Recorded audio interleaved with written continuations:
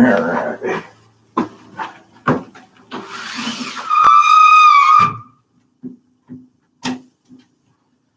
Bangs the neighbors mowing their lawns. I'll close the window. All right. So we got a couple folks in there that said hello. Rusty, Jeremy, Doug. Good morning.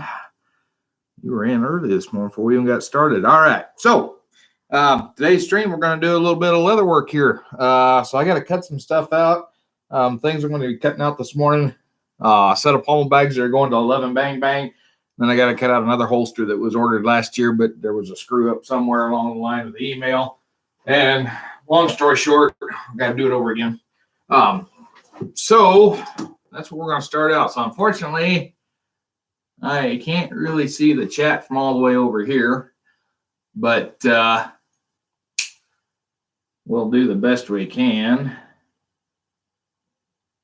I don't know what it is about this blade, but this thing will not lock on that tight. I don't know where my other razor's at. So I do have the cutting board down underneath here. So y'all don't think I'm cutting on the table. I don't think my landlord would be too impressed if I did that.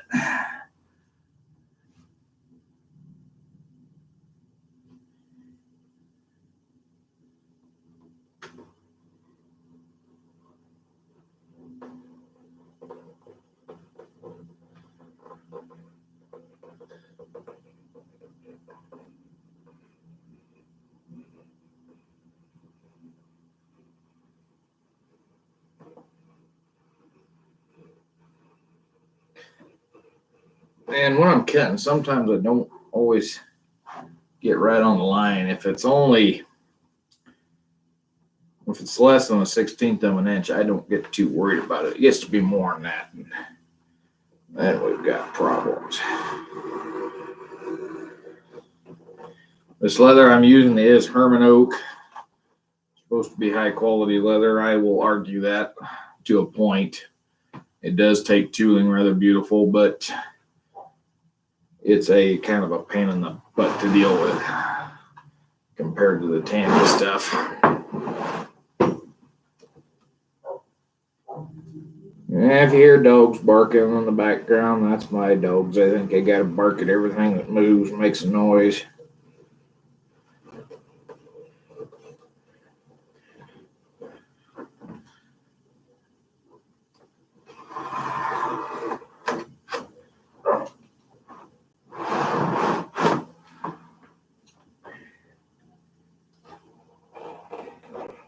So this is my absolute least favorite part of leather working, is cutting out the leather. Especially since on this stuff, I got to use a heavier box cutter. I can't get away with my X-Acto knife setup. But when you don't have a real large bench for cutting, it's kind of hard to maneuver around. Let's see.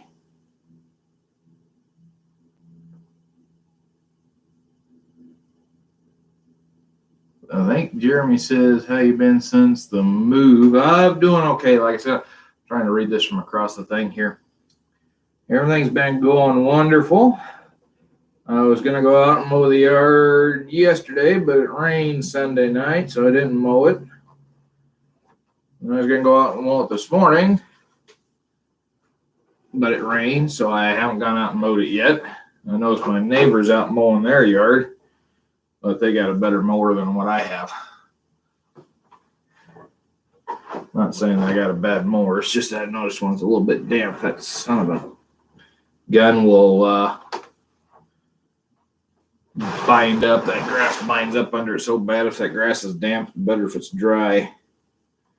The nice thing with the moisture is I haven't had to water the grass, but I'm going to have to go out and water the landlord's cherry tree today.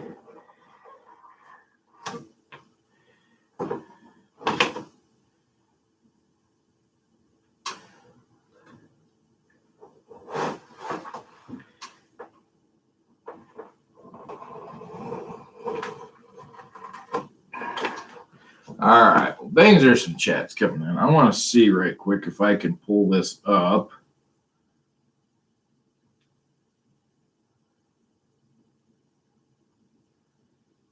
and see if I can see the chat. The problem with that is that my internet is good enough to run one device, not two. So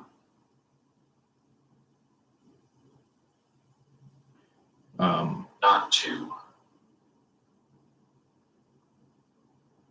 All right, turn this. So there we go. Doug, yeah, in fact, yeah, I'm working on pommel bags. I've got a set of pommel bags. They're not here. They're at work. Or excuse me, pommel holsters. They would be similar to what I'm doing with this pommel bag.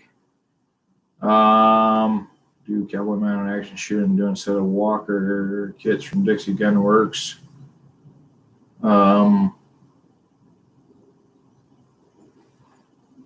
There's a couple ways to do it, and really the big thing is what kind of saddle are you going to put it on? Like these pommel bags, they've got built-in holsters. They need to be on an old style Hope. You could get away with a weight that doesn't have a real light swell. The swell is what's going to get you. I've seen some military style pommel holsters for like a McClellan, and they kind of drape around the pommel area, around the shoulders on the McClellan. But if you're riding a saddle that's got that real wide swell and shoulders on it,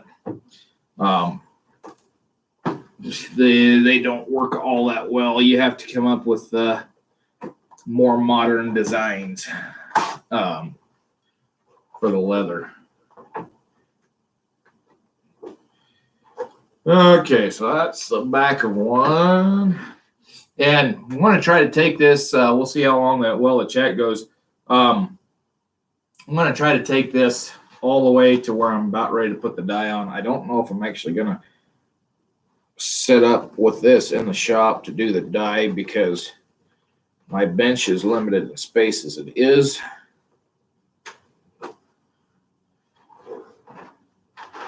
And bangs, I'm doing this directly through YouTube because StreamYard does not like my internet.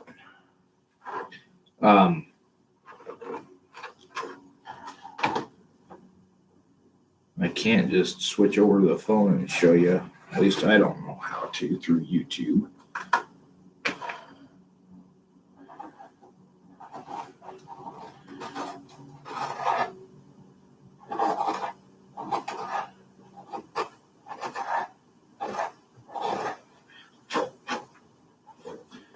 All right.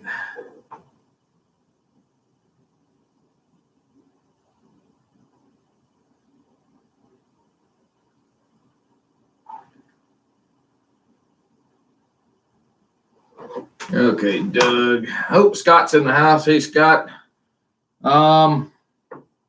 Texas mounting shooting style. They're specifically made for mounted shooting, low swell. Both holsters on the right. I've seen pictures for that. God, that would be a bit of a challenge for me to come up with, but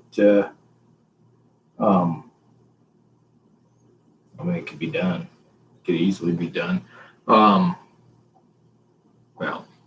it can be done. It's going to be the setting up the pattern is what's going to be a pain. Sewing the leather, that's easy. It's coming up with the patterns that gets to be a pain in the butt. I've seen some pictures of them, of some the cowboys done. God dang, that's got a nasty spot there. I don't know if that's gonna. I might have to cut. Shoot, I don't know if I got another piece to cut that. I didn't see that before.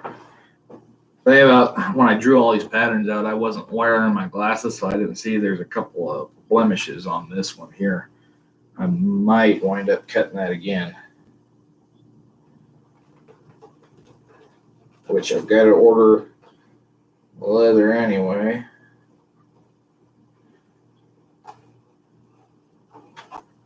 So I might as well order another side of this.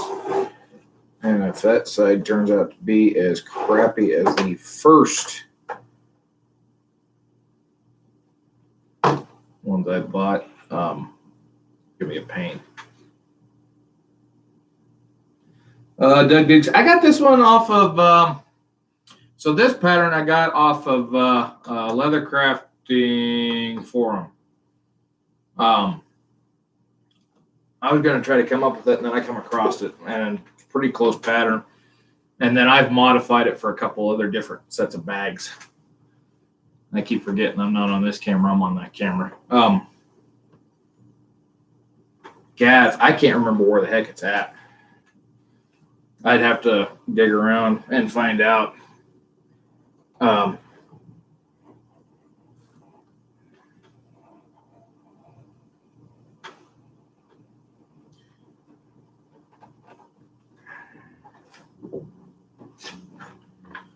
Another thing too, when you're cutting, make sure your scrap pieces aren't underneath your leather, because you could screw up right fast just because there's a piece under there. In other words, a piece under there, and I got inside the line, not far enough for me to get nervous about yet, but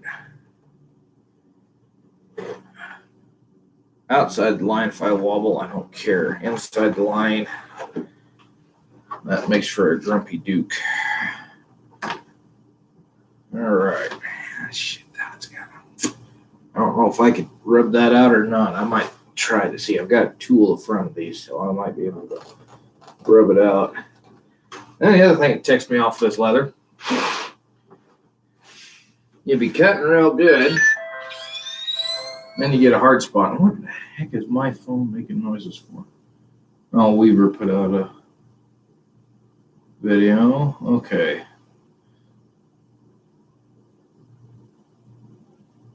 Let's see. Sorry, Grumpy, I think there's a pretty good book of patterns. Yeah, I think Al Stolman had a book on making patterns. Yeah,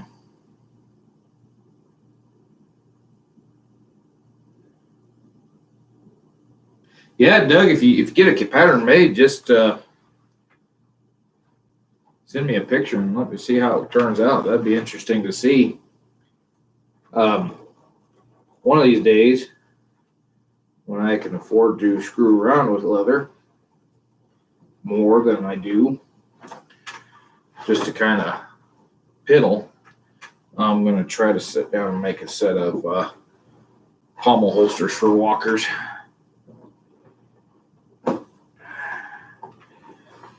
But for the moment, pretty much only got to piddle around with stuff I can turn around and sell right quick, so I can't really screw up, especially with this higher dollar stuff.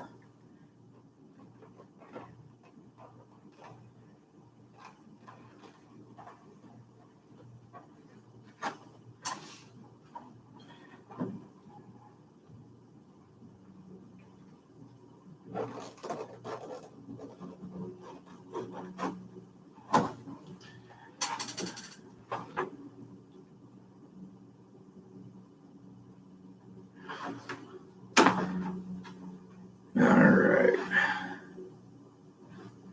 Well, we got a lot of Dougs in the channel today.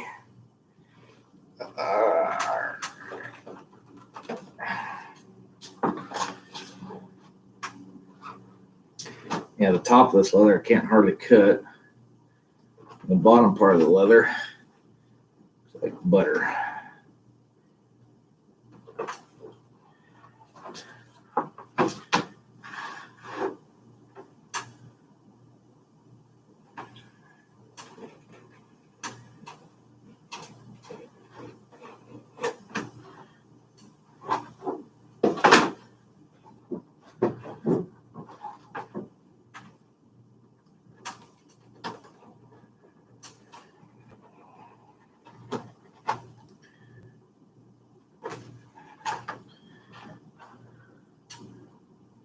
Then we got scrap heap. So there's the front and the back. Oh, excuse me. My goodness. All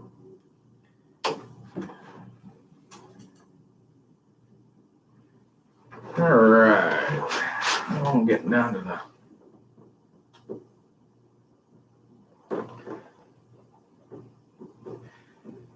So this particular bag that I'm doing for 11 Bang Bang, it's going to have a double holster setup. Oh, excuse me. Just left the windows down or open last night, and I had a little bit of a drainage in the back of my throat this morning. No, I don't have the COVID. I'm pretty daggum certain. I'm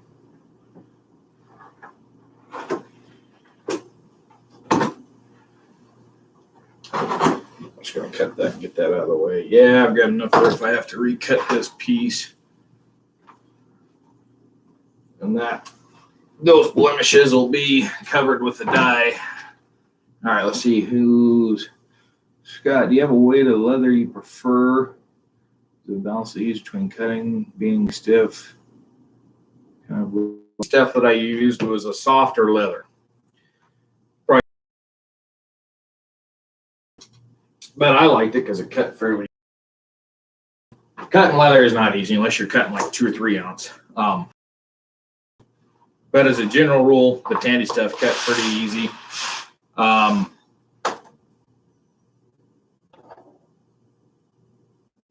The Herman Oak stuff, it's about the same weight, but the leather is pressed so hard together that, especially up on the back, it's just stiff. I mean, it's just stiffer, stiff.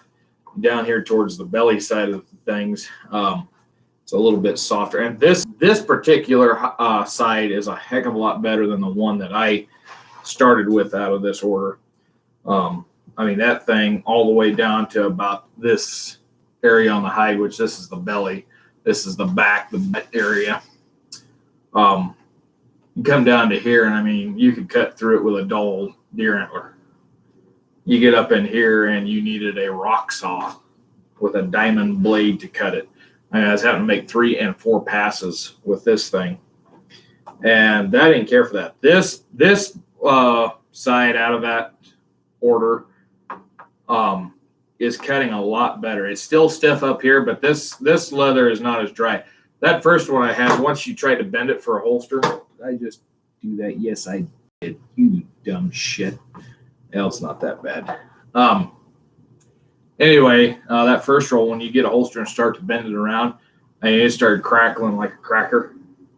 I'd have to oil it. This stuff, you can start to break it down a little bit without oiling it. I still oil it, but it does not take near as much to get it to be pliable. I mean, that first one, that one I oiled, I had to oil it until where it was pretty much leaking oil out on everything it touched, which I don't like oiling them that far anyway, to get it to where it was usable. It was either that or do it while it was wet, and I don't like doing that because it just draws the process out.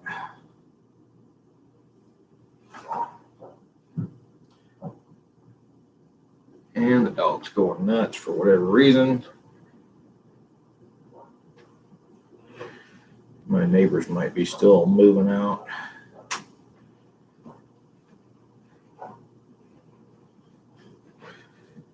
Tell you what, I love the little place I got that I'm in, but I hate living in town. Even though Fort Laramie's not really a town, it's more just a community out here on the prairie, but I liked it when my neighbor's house was a couple hundred yards away, not just over the fence.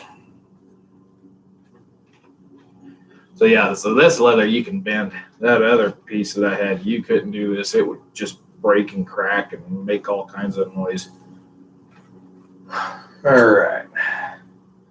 About to get 1/2 done on that one. Hey, Nick's in the house.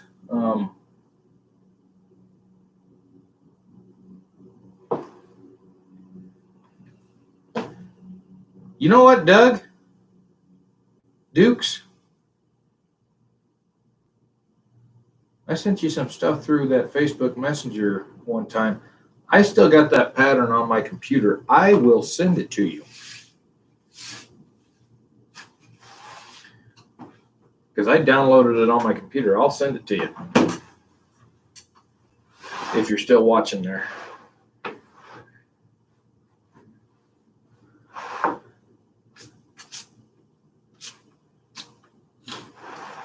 And some of y'all might have noticed that there was probably a bunch of ads when you clicked in to start watching this.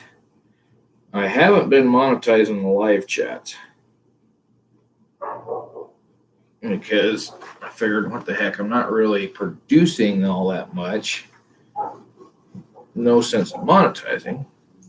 And then I went back to try to find some information on there. On one of them I did. Somebody had commented something that I was trying to find in the comments on one. And yeah, they was putting ads on and I hadn't monetized them. So I thought, well, if YouTube's going to make money off my live chats, I might as well do it too. So this live chat is monetized.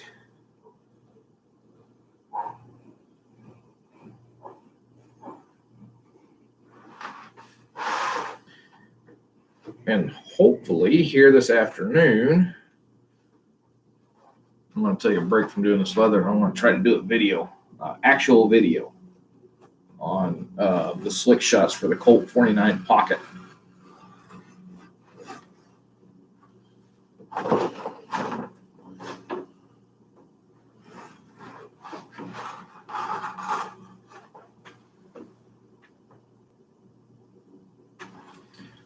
Scott, so what I'm doing right now is I'm cutting out pommel bags that are for 11 Bang Bang, which pretty sure those boys are working this morning. They're pretty busy, so they're not here on the chat. But yeah, these are a set that they've ordered from me. In fact, they ordered it a couple weeks ago, and this is as far as I've gotten on them. The only other thing I got to do is I have got to cut out the gusset, but these are the same style bags that I showed off in an earlier chat that I had made. This one's going to have a holster on each side. Oh, hey, there's...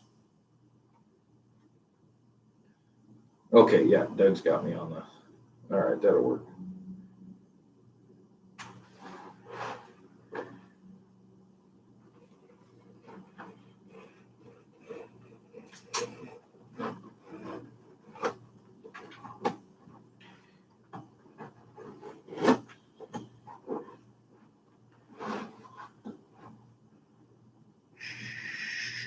Yeah. Now, do this.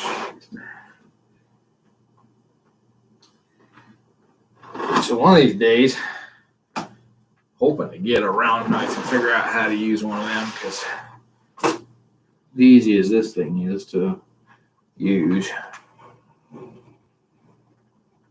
one knife is cheaper than a lifetime of razor blades.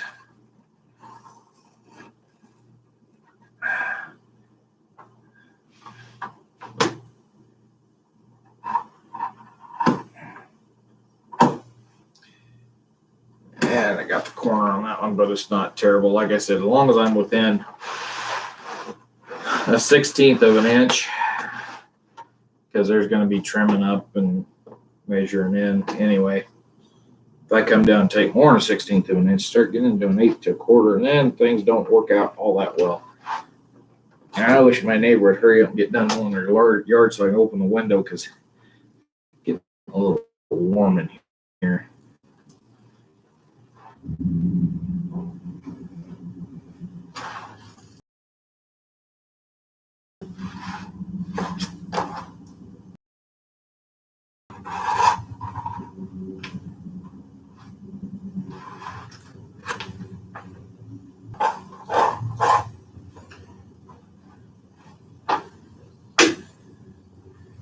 All right. Scott says, how's Jordan? On here. They're going to stop by Fort Stroke. It's going pretty good. Next week I get to shoot the big artillery. We practiced with live primers last week, so next week we're firing real deal.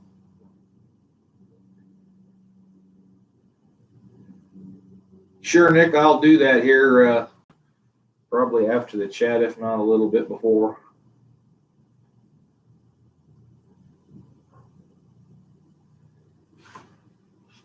Yeah, slicks work really good.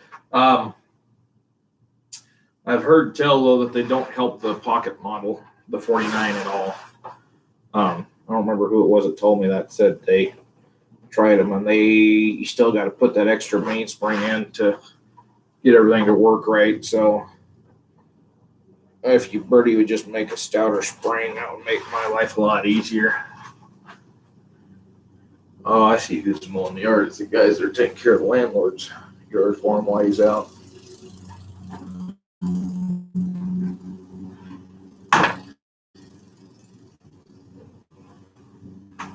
Nice, they come over and take the front yard. Ain't bad. It's the backyard. It's a little bit.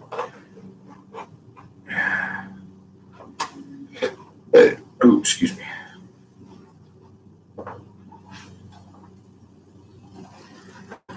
To be honest, this is about like the quality I was cutting out of that stuff. I'll tell you what, though, some of that was stiffer than stiff. Howdy, Kevin.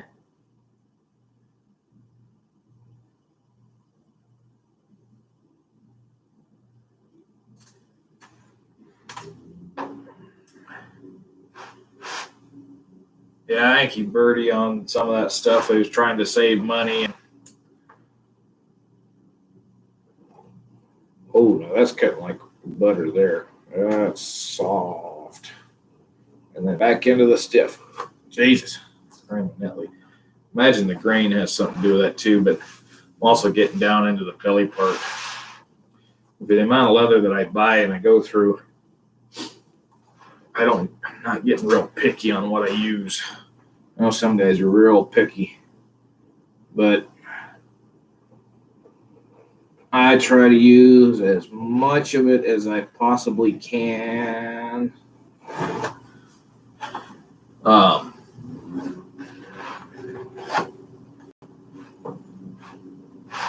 That way I don't have as much wastage. For a little operation like me, that saves money in the long run.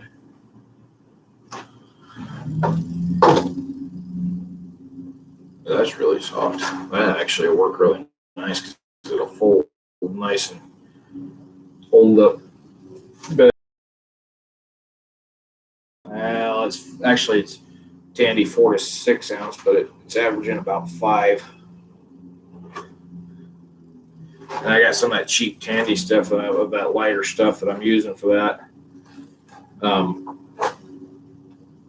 I used up a double shoulder screwing around with a set of saddlebags, and I wished I had not done that, but I use that for the gusset. And really, once that gets the dye put on it, you can't really tell much difference. The reason I'm using that for the gusset is that's a lot softer leather and lets the gusset flex a little bit. If I had a sewing machine, though, I could probably have this mostly done within a day. I could make a set of these in a day, minus the finishing parts. I can get all the sewing done in a day.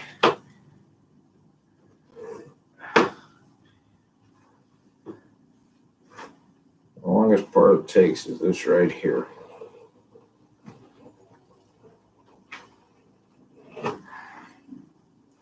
All right.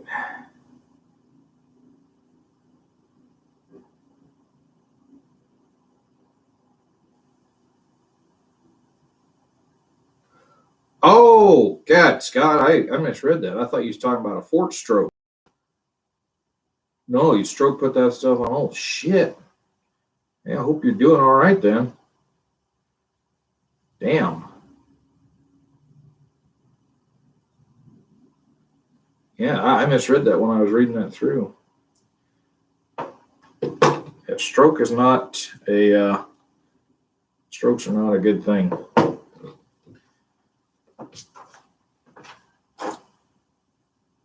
My grandfather, that's what finally put him under, along with Alzheimer's, is he had a stroke, and then My uncle had a stroke. His was one of those small ones that just kind of screw you up for a little while.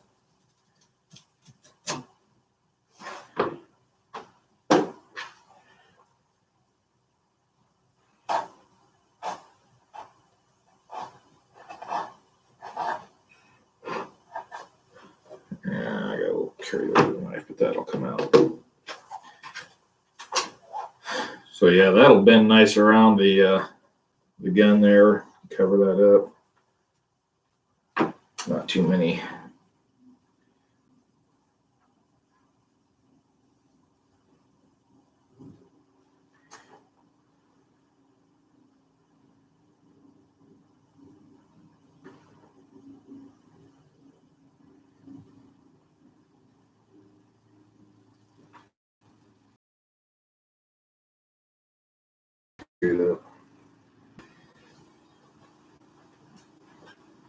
All right.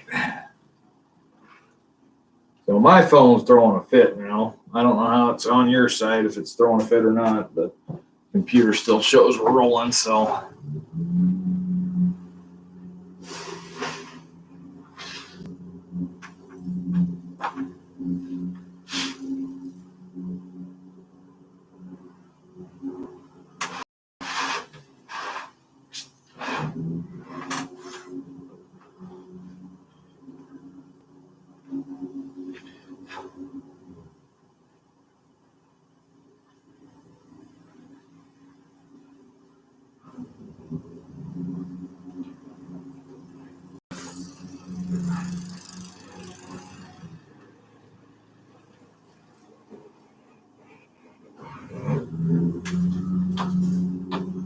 Oh, it must be mowing out in the street.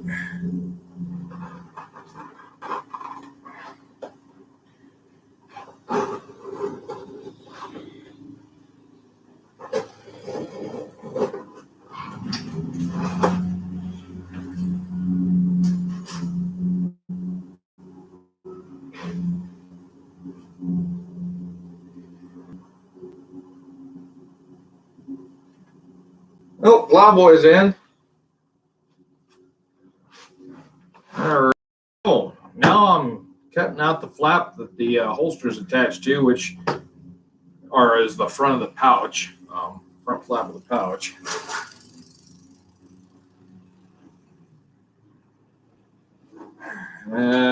That's mostly going to be done. I still got to cut out the strap, so I got to get the patterns out for them. I got to make an extra strap. Oh, crap, I got to order buckles too. Shit. So probably not going to get this pommel bag done this week.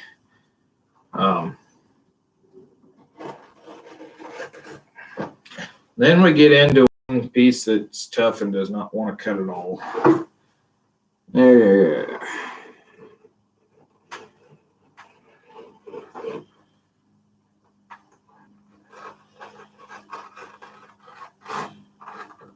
And the deeper you get, it seems like the tighter it grabs that blade. So when it does that, I just kind of pick it up to open that initial cut on the surface. And it'll kind of go around. I want to get this out of my way because this ain't big enough to really.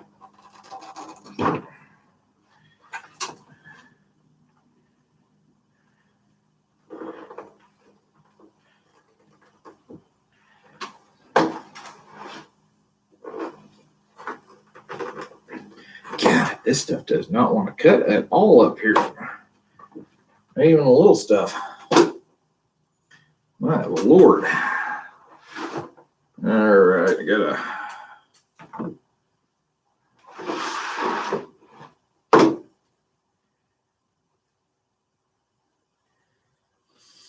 Okay.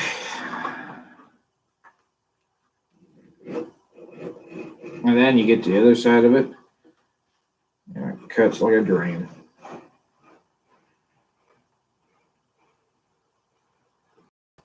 Amazing how difference in this leather here. Yeah, I fought with the other side. I get to this side and it just cuts like butter.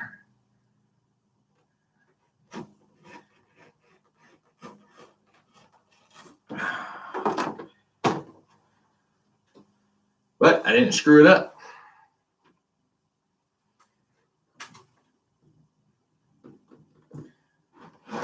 Well, Plowboy's gonna shoot. I didn't bring any ammo or anything with me. I can't shoot. And there's a blemish there, but I think that'll be not as, won't stand out as bad.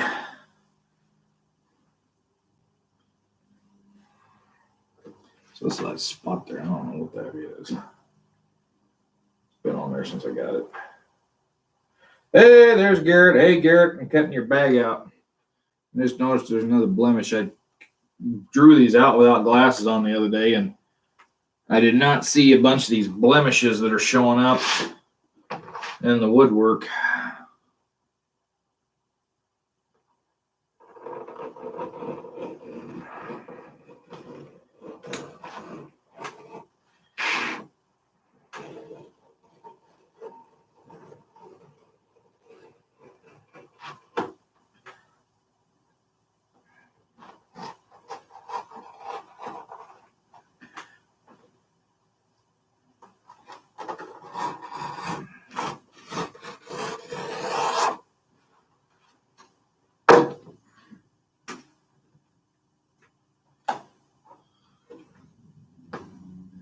So is Caleb sobbing in his Cheerios yet, Garrett?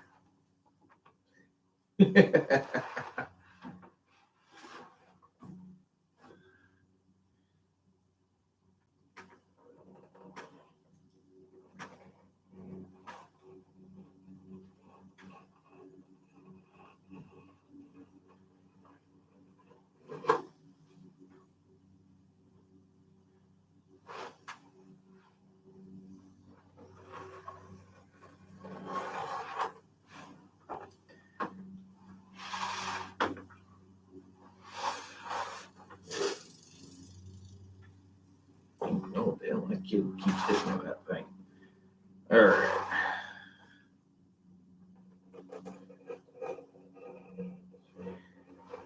I think I gotta do is go to the post office and check the mail today too.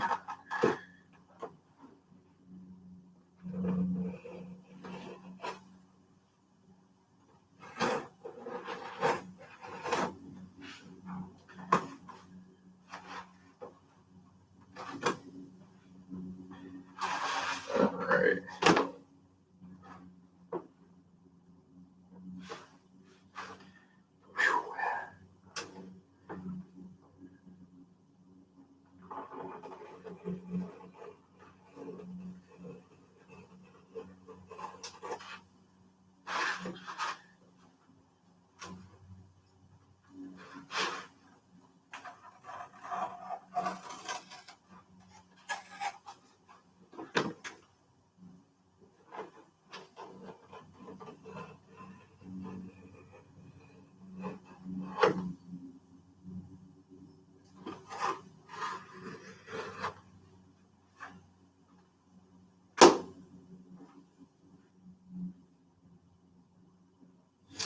Yeah, I'm looking into one of those round knives, Scott. I have not used one. I tried I tried making one for myself, and it didn't turn out all that well. I tried using an old saw blade, and it was a metal cutting saw blade, and when I cut the teeth off of it, it was when all of a sudden all the cracks started showing up in the blade. It had pretty well been beat up, so I have not messed with one since. I'm thinking about ordering one, but it's going to be a little while out yet. I'm sure when I get started making a saddle here, I'm going to want one.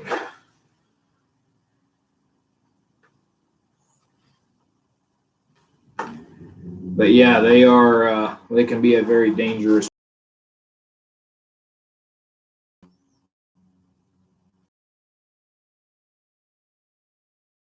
Not as big as what they had, but they're seem to be pretty happy. I have to keep Dolly tied up when I'm not home. So when I go to work, I have to keep her tied up. I gotta 30-foot leash out there, and really she can get around in the yard just fine on 30 feet of leash. And she's getting to where she ain't bothered by it as much. She really was upset when I started doing that, but when I come home, I let her off the leash. And the big reason I do that is because I've got landlord's got horse panel up in some spots for the fence. And the other day, I heard her yelping and having a fit, and I went out, and she had gotten her head through one of those holes and gotten her collar through it, and then her collar was hung up. She was about to break her neck, not my neck. She was about to break her neck. So I thought, you know what, just in case, so she ain't stuck out there for the whole day without water and the heat, I'm just going to keep her tied up where she can get to the shade. She can get to her water. And then when I come home, she can get loose. And if she gets hung up, then at least I'll be right there.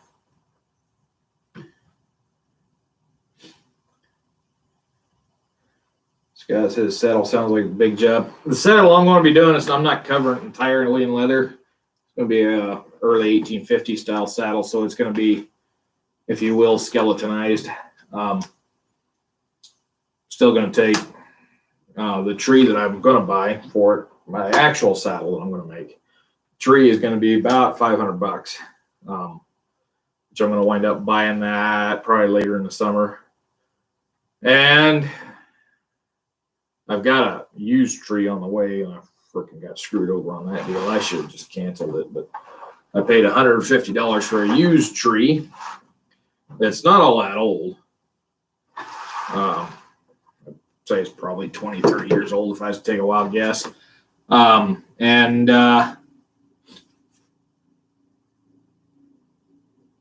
going to order that. I'm going to use that to kind of practice on, so I don't screw up my good $500 tree. And then it's probably going to take $500 worth of leather for each saddle.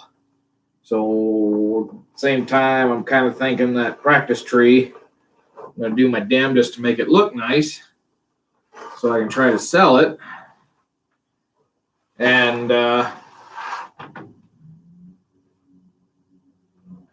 get it sold, and then I put those funds towards my saddle.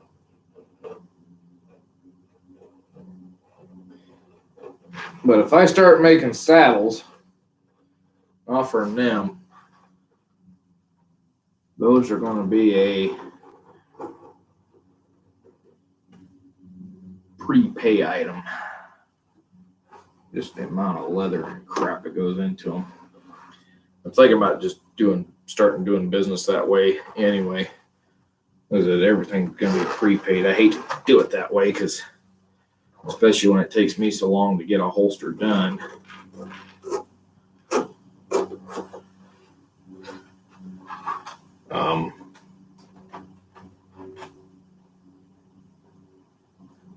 Sometimes I've got the time, I can get them done right quick. Other times, life gets in the way. Things get confused with the email.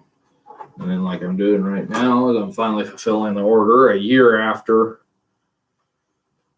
the guy placed it. Over a year. But at the same time, in my defense, the holster was done. It's just not here where I can ship it. I don't know where it wound up at.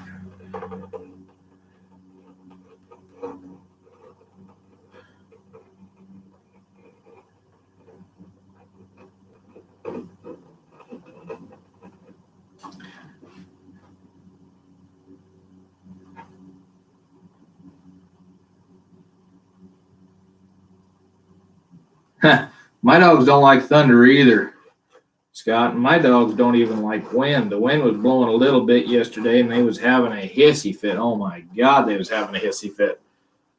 And they was hiding under everything they could find. They'd hear me walk by the door, and they'd come up to the door and whine and yelp and moan. And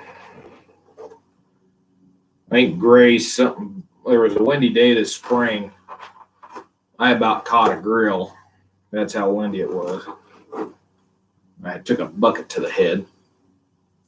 Anyway, I think something blew into Grace. Ever since that day, anytime the wind blows, she just does not want to be outside. But yeah, we had a thunderstorm last night. And both of them were kind of upset, and the wind started blowing about an hour before it got here. And I thought, yeah, there's no reason for them to be inside. The wind ain't blowing that hard. I mean, 15, 20 miles an hour, it's just a breeze. And well, that thunder started rolling. I thought, yeah, I'll go let them in now. And I opened the door, and did not take them very long for their little butts to get inside. I can tell you that. And I'm back to this spot that's stiffer and stiff. Amazing how that works.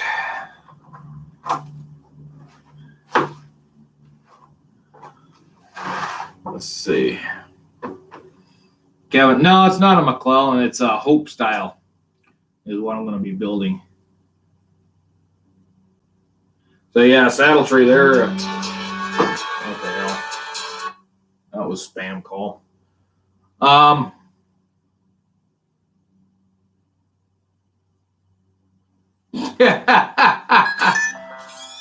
Oh, Garrett, that's funny.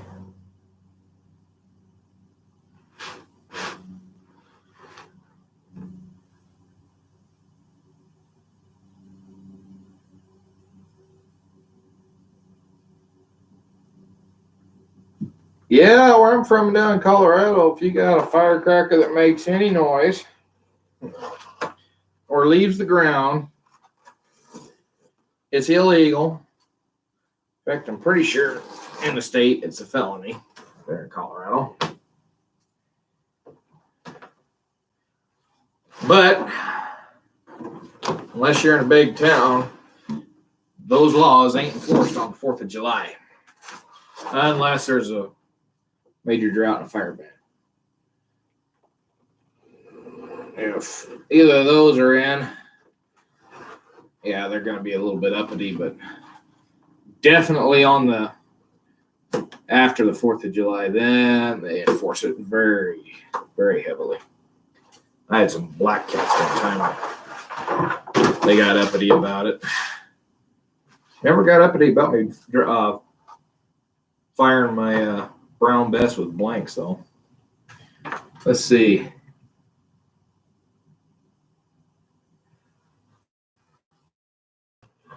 $375, I think is what she said was. But mine, I need some extra slots in the tree.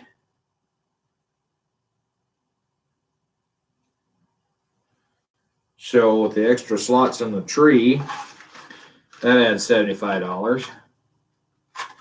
Because it's going to have a slots where the stirrup leather's going around. Instead of wrapping around the bar, they actually wrap through a slot in the tree. Slot in the bar, the saddle tree. Yeah, that's extra $75. The style I'm wanting usually comes with a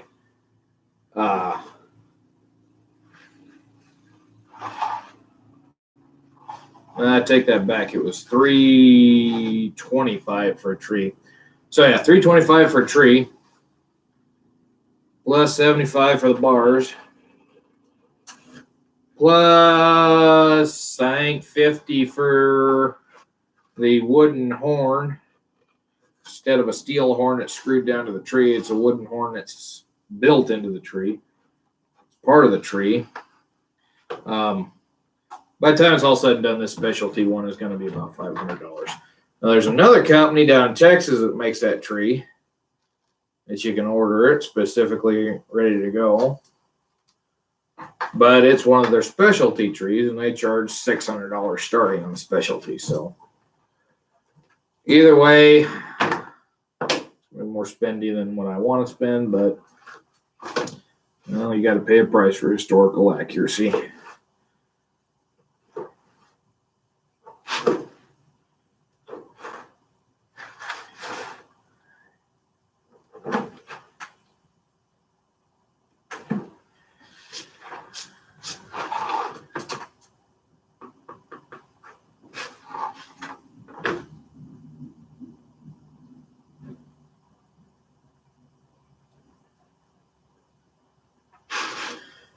Yeah, Kevin, and quality. It's the both the tree makers, yeah, definitely are high quality. That's absolutely the case. But these old fashioned style saddles, they take a little bit more, not just time, but a little bit extra. There's some changes that got to be made, so they cost a little more. No big deal. All I know is that I'll gladly pay it if I don't have to make the tree myself, which I would not want to do. And I keep forgetting I'm on that camera over there. All right, so we're getting down to the nitty gritty here. I think to avoid doing too much moving around, well, we might just go in the shop anyway because it's getting warm in here.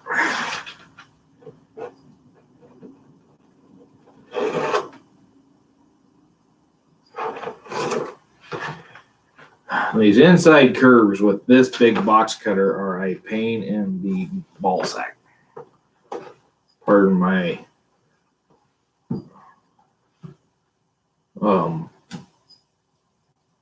perverseness.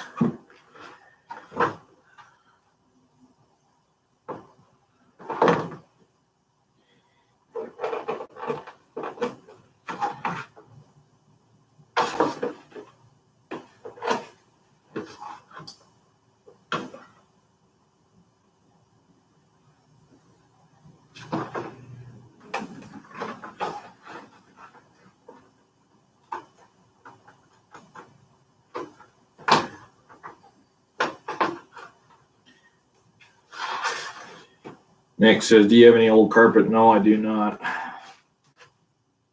I've tried that method and I've found more aggravation with that frickin' carpet than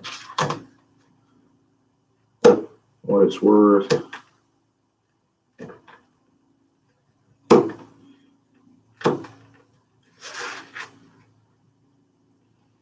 What I need to do is just go get some round punches. Now that looks really rough now, but when I get done with it, it won't be so bad.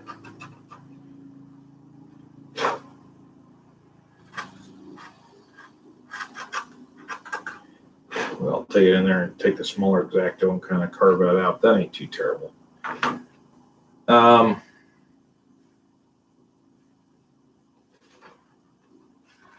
Yeah.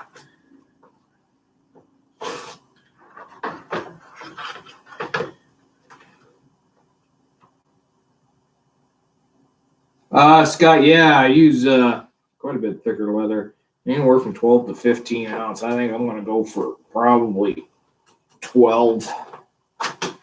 Oh, and then I freaking do that son of a bitch. That, oh shit, wrong camera. That I don't think I can fix. I'm pretty sure I can't fix that son of a cocksucker. Sorry, this is officially now the uncensored live chat. God damn it, and I don't think I got enough leather to redo that, but it looks decent.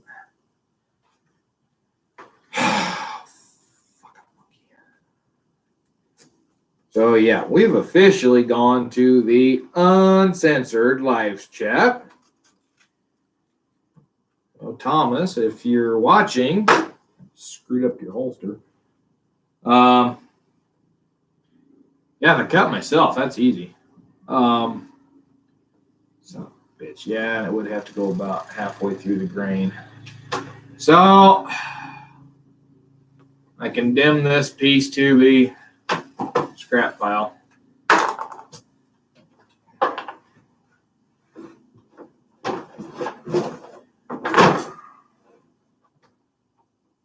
Think I can pull one out there.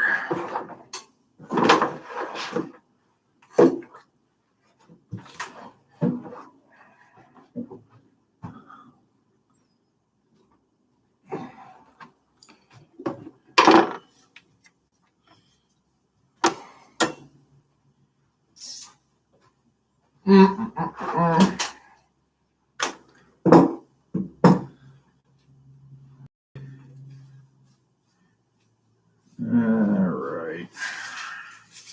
Figure out how I want to get this to set. So the nice thing is that, well, downside is there's a few stains on it. Looks like some water stains from the tanning process. But this is not bad. And the nice thing is that the bigger stains are going to be in areas that are not going to be visible on this holster.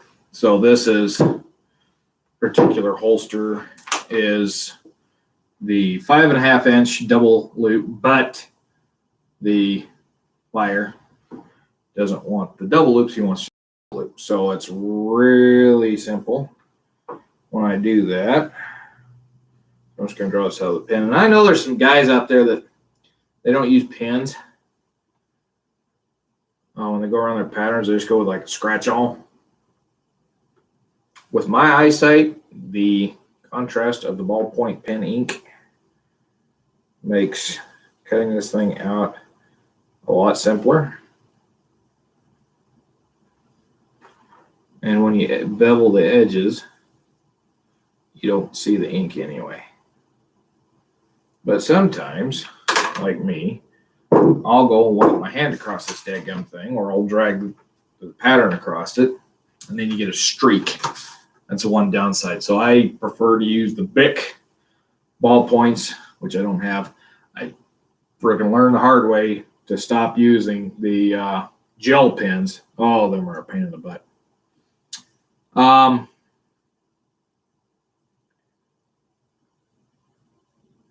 Yeah, Kevin, I don't see why I couldn't send you that. I was just gonna, what I often do with those pieces like that is I just use them because I can still get toe plugs and such out of them.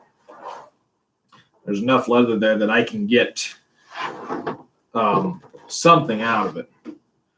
But yeah, I guess I could, if you want something to practice on, I could send it to you.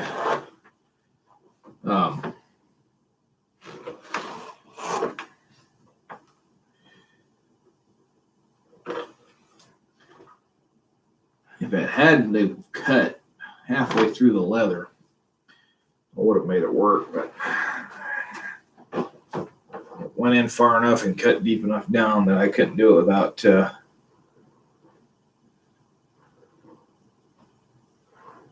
yeah, Scott, I was just saying, yeah, I used to make toe plugs.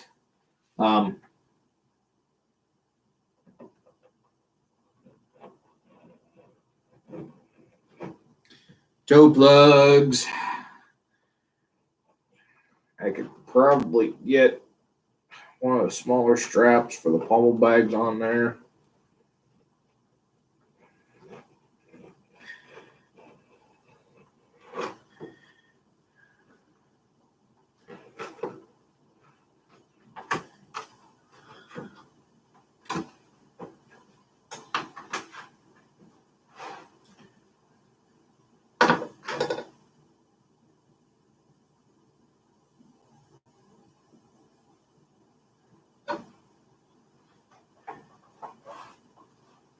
Sorry, Kevin, your thing wasn't wanting to show that thing. Yeah, I'll, if I don't get an email sent to you today, go ahead and send one to the channel email, which y'all should have pretty well memorized by heart by now.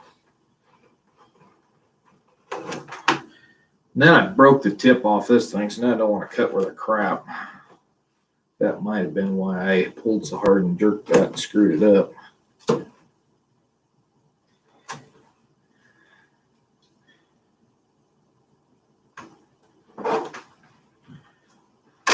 Flip this bright light around. Howdy, Jacob. We are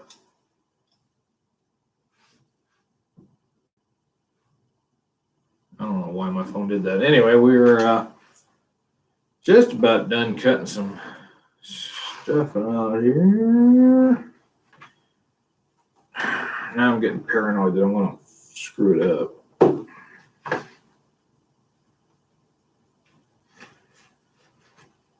Might have been because the blade was getting dull too, is why I jerked that thing over there. Was fresh side blades were really cutting good. But yeah, this usually in this area on these flap holsters, or not flap holsters, these loop holsters. That's usually where I screw them up at.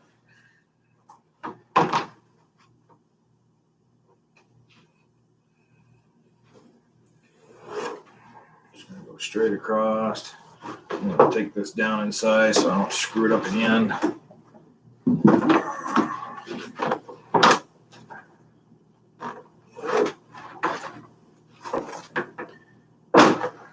And down here on the bottom, it's cutting beautiful again. Let's see.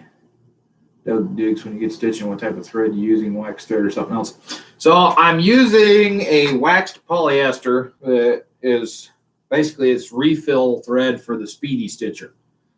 And when I started using that, it was real good stuff. In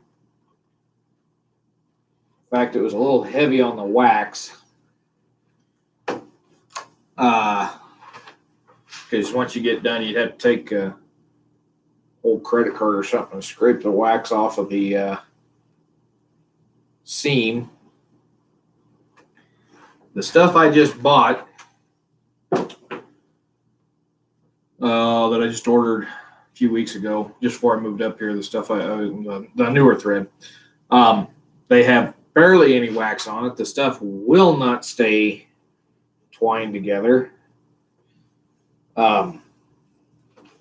And overall, it's not a very good thread. So I'm thinking about moving to a different kind. I know Nick recommended me some. I looked it up and it's braided. I don't like using braided because it cuts my hands up when I'm stitching it. I mean, it's about like braided fishing line, and I just do not like braided lines. Not saying that it's not strong or you shouldn't use it. I just don't prefer to use it.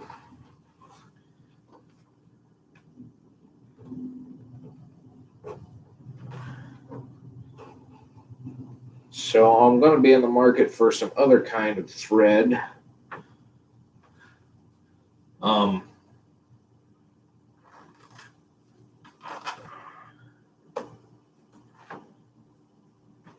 But yeah, I'm going to try to find something different. Either that or I'm going to have to start getting a ball of wax and waxing this crap, because by the time I run halfway down the holster, that thread is already starting to unravel itself.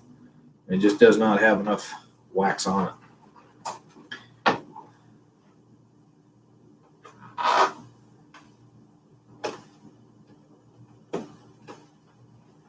Let's see. Walks Fletcher says, why no head knife? Because I'm cheap. And I haven't bought one. And I still want to keep my fingers. But I'm eventually going to obtain one of those.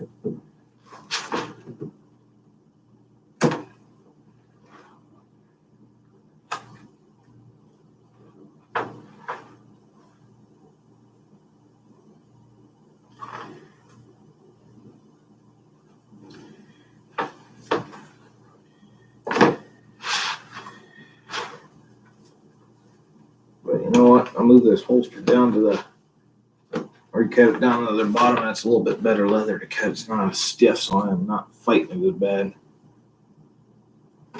Just know this Herman Oak does not get along well with my X-Acto knife. That was my preferred way to cut them out, because I get around these corners, especially for the trigger guard slot. I keep forgetting the camera I'm on. So around these corners here, the X-Acto knife cut beautiful. Well, I went to this Herman Oak, just started busting them all to heck. And that first piece of Herman oak I cut that I ordered, like I said, that was not good leather. I broke a couple of these blades on it. These are pretty stout blades.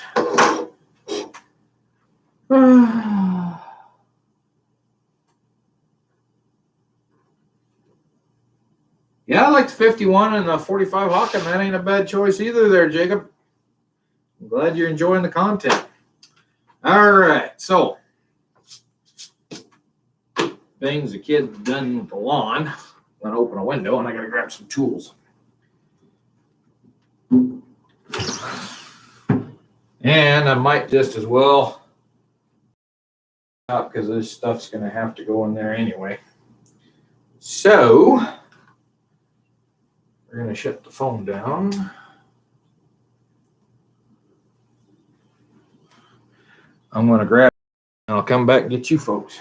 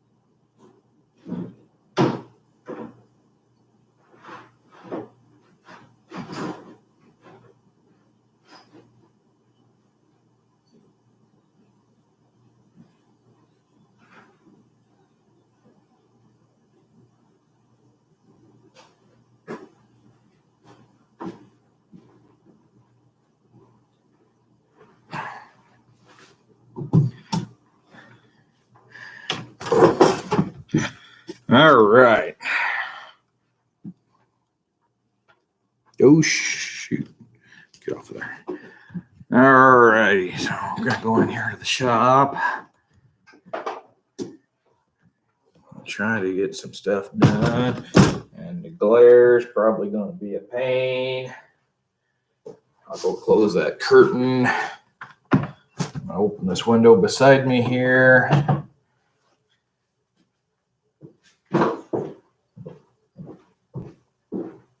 I'll open this one while I'm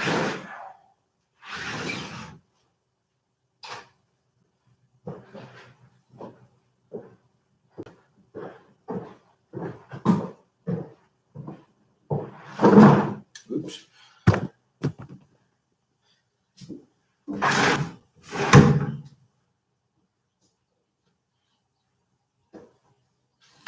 All righty.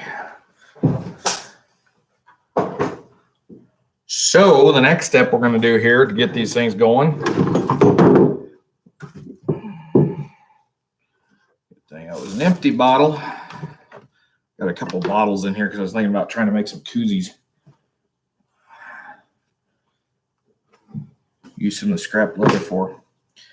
So I'm not done completely cutting yet because on this flap holster, this Mexican loop holster, I've got to punch the holes and then I've got to cut the slots out.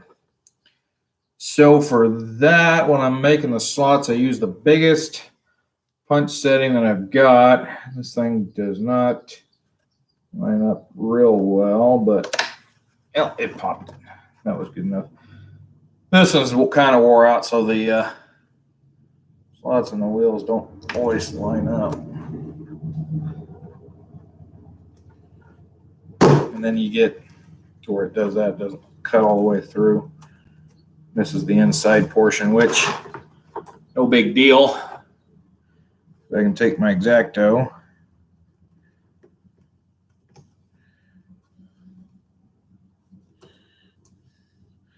And just egg that out of there. Let's see.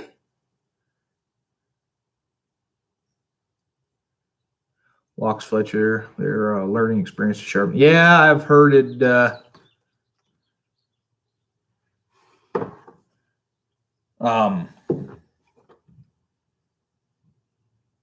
They can be a pain in the rear.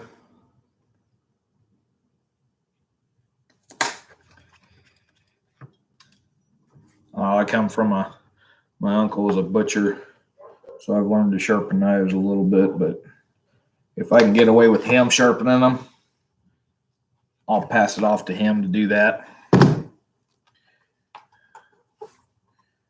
The only different thing is he sharpens a little bit different than I do. And I sharpen at slightly different angles.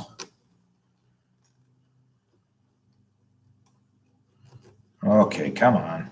Get out of there.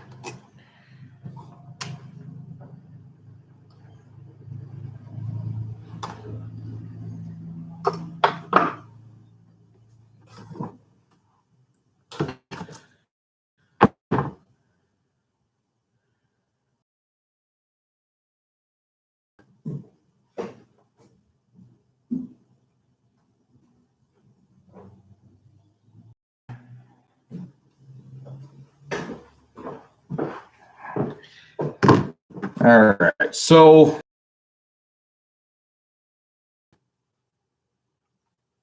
bigger knife. As soon as I can find my straight edge, my steel straight edge. There it should be. Pretty fortunate. Most of my tools fit in a tackle box, an old-fashioned tackle box. And it actually works really slick. Now,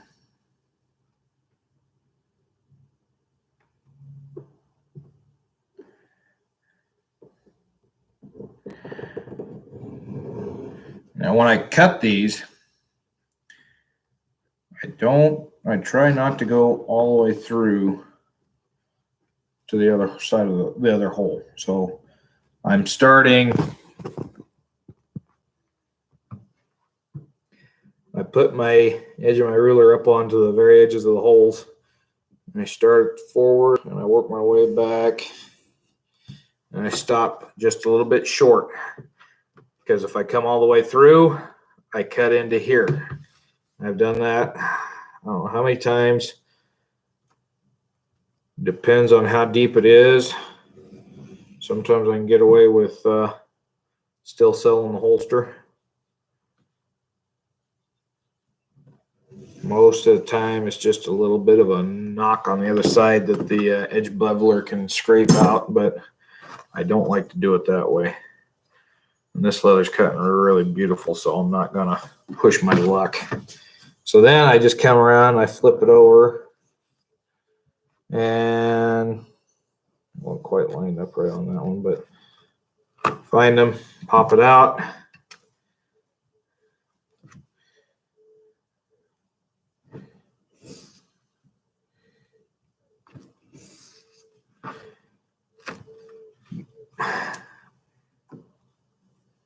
Double check, make sure it's not any little extra stragglers in there, like right there.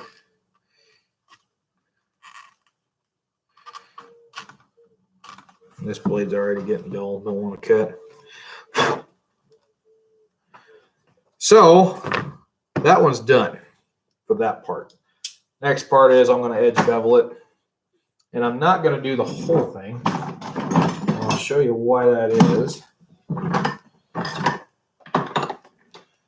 And it helps if you put shit back when you're done with it, because then you can find it when you go looking for it later. Most of the time I get away with not having to worry about that too much. All right, so I'm going to edge bevel it, but I'm only going to edge bevel the flap, the opening of the pouch here, and then around the back of the flap, and then the loops. I'm not going to edge bevel down here because I've still got to stitch that. I'm just going to have to trim up the edges to get them square. So I'm not going to worry about that just yet. So I'll start right up in here somewhere. And I'm using a number 4, and this is a round edge beveler. So there's different types. A lot of what you see are going to be a flat. I don't like using the flat edge bevelers. And there's some fancy ones out there too. So like this one, this is a number 4, but it's flat. Whereas this number 4, I don't know how well you can see it, but there's a groove in there. It's rounded. I prefer that. It gives a rounded edge. It's very beautiful.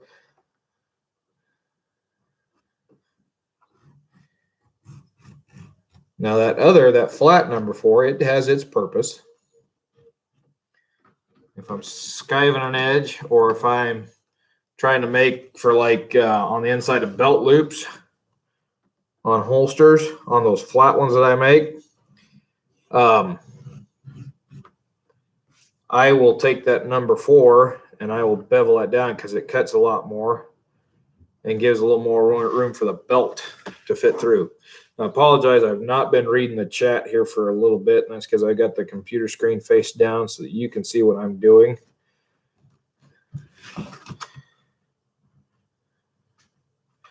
Just go around the corner, and this thing isn't always great inside of corners. Inside curves or outside curves.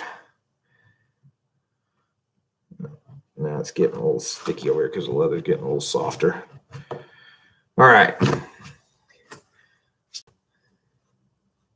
So then I'll turn it around and I bevel the inside. And this frickin' Herman Oak is a pain in the rear end to bevel the inside. And I think that's why this thing is a little bit on the dull side. I need to sharpen it. And I should have some jeweler's rouge here somewhere.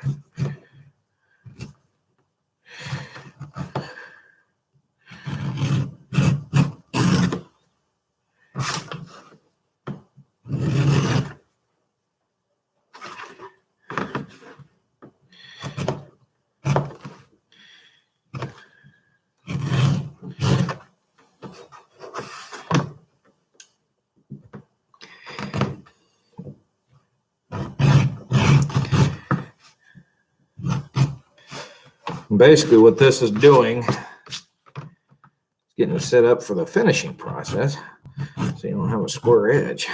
Get them edges burnished and then they're nice and pretty. All right, so that one is done. And then, yes, I will do the bottom here. I do that one.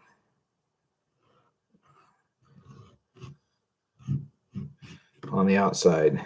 And this thing is bouncing on me. Ew. I want to bevel that out. When I burnish that, it will not be seen. Okay, so that one gets done because usually once I fit the toe plug, there is no sanding needed. This holster, the fellow wants it border stamped, and I'm going to contact him and see if he wants to still go with a neat's foot or if he wants to go with the light brown. I think the stains will disappear on it. I forgot to do, I got to bevel this. So yeah, bevel these, and these are pain to burnish. Inside these, I still burnish them, but God, they are a pain in the rear end to do it.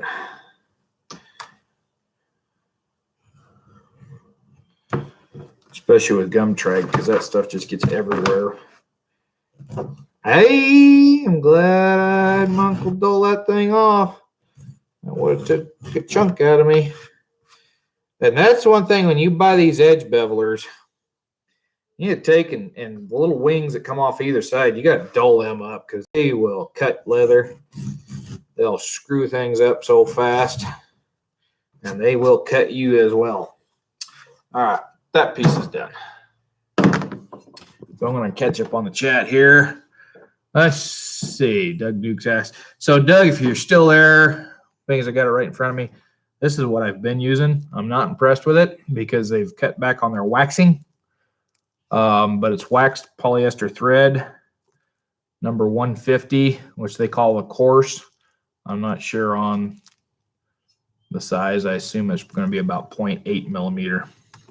But that's what goes with a Speedy Stitcher rig, which I got right here. This is a refill for them. And this thing, if you're just buying something quick and you don't want to go through all the stuff that I've got and you don't care so much what your stuff looks like, this Speedy Stitcher is pretty handy. So it's got a built-in. It comes with a needle. This is like a Glover's needle. It's got 3 edges on it, and you should probably hone those. It's got its tool, so you unscrew the top, feed your thread through. There's a groove on this needle that the thread lays in. So you wind up from the bobbin, go up through the needle, and then you just basically, you're the sewing machine. So you run this through, you're going to form a loop. When you pull it back, you take and you run out, half of your thread on the other side, then you fill it through the knot and it's supposed to lock them in. I did not really care for this thing and how it's sewed. If I was in a pinch, I needed to sew leather, yeah, this thing would be great. That's the only reason I keep it around. Otherwise, when I'm sewing, I prefer the saddle stitch 2 needle method. Locks Fletcher. Double shoulders.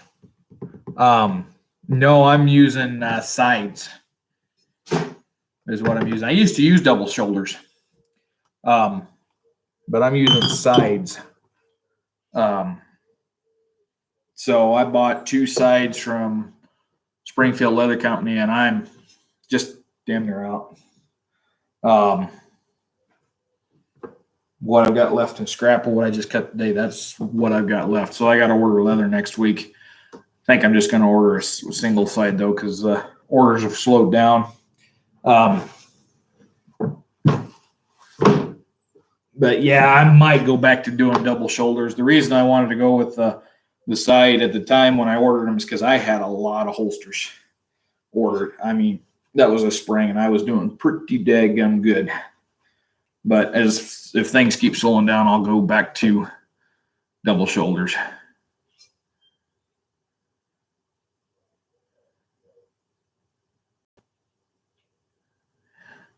Doug, yeah, do that. The only reason I use poly, and I know I'm making historic holsters, I should use cotton. The only reason I'm using poly is that as I use neatsfoot oil and they keep using it, it's going to last a long time. And, unless you're a stitch counter like I have been known to be, nobody's going to really notice that well. But yeah, cotton, linen would be great. Yeah, poly and then nylon. I know a lot of saddle makers use nylon. And dogs are barking again. Sounds like the other little neighbor's dog is out patrolling. Give me just a quick second.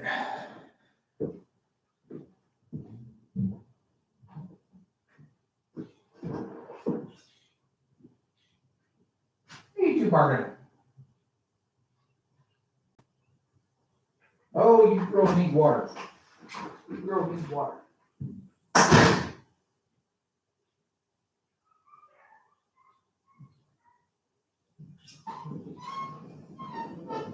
Golly.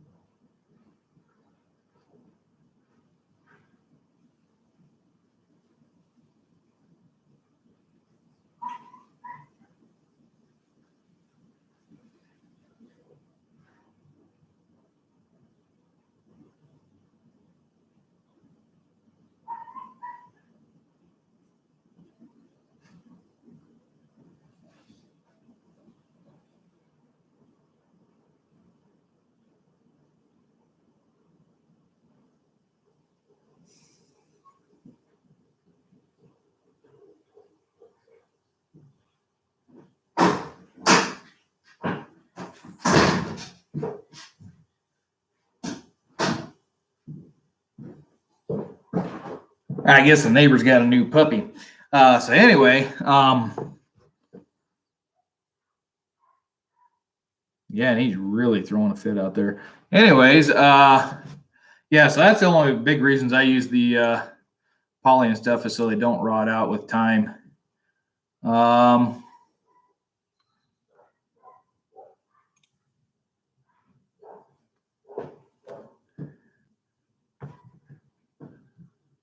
Yeah, linen. Oh, God, that's good looking thread. I might just make me some couple holsters with that. That is good looking stuff. I'll have to wax it for sure. Thank you, Doug. I'm gonna have to order some beeswax. But yeah, I mean, it'll last a lot longer, and neatsfoot oil isn't going to rot it out with time.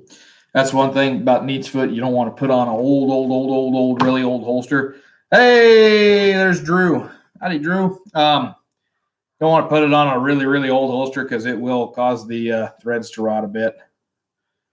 All right, so now we're going to move on to these pommel bags, and we're going to get those ready to put the dye on. See, we've been going for an hour and a half here. All right, we might just go till noon. Depends on when I get tired of this, and I got to do some other stuff today too. Next size down. Okay, we'll start the laundry here shortly. The only reason I haven't is because the water line comes right through the back of this room. So that's the one I wanted for the rivets. So on the holster, it's got 4. God dang them dogs. It's got, takes 4 rivets besides being stitched on. And that's one thing I'm starting to use more is rivets. If you order a Walker holster, it'll definitely have a rivet. Starting to put some rivets on like the 51 Navy holsters, but those will be more of a request thing. This one was a try it and see it, and then got sold before I even had it stitched, which I got to finish the toe plug in it.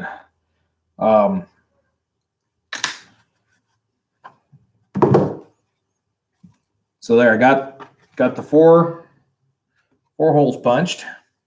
I'm just going to try to do everything I've got in front of me so I make sure I get it done. So then we're going to bevel the edges. And on this one, so on the skin side, the front side, I don't go all the way down because this is going to butt up right to the, it's going to butt up against the face of the pouch and be folded over. I know guys will bevel all the way around. I don't like how it looks. I like the, clean, tight seam look. So I'm going to come back a little ways, and then I'll start going along. And if you're using an ink pen and you don't smear it, that ink pen will come off in this process. So you notice here I've got ink marks. I'm going to bevel that edge.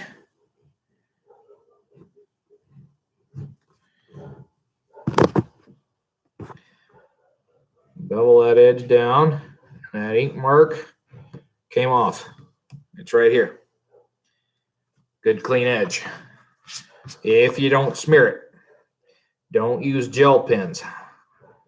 They are crap. All right, like I said, I'll leave a little bit there. And then sometimes on the corners, if there's a little bit of a hangy-ongy piece, I'll take that edge beveler and just knock that off, especially on when you got two pieces coming together, just to make them look a little nicer. All right, so then on the back side, it's opposite. So this edge will not be beveled. This edge and the inside here will be. So again, I'm going to start a little bit ahead of where my stitching is going to be, where that rivet will sit at. So that's nice and tight. I'll bevel it all the way down. Come back, bevel that.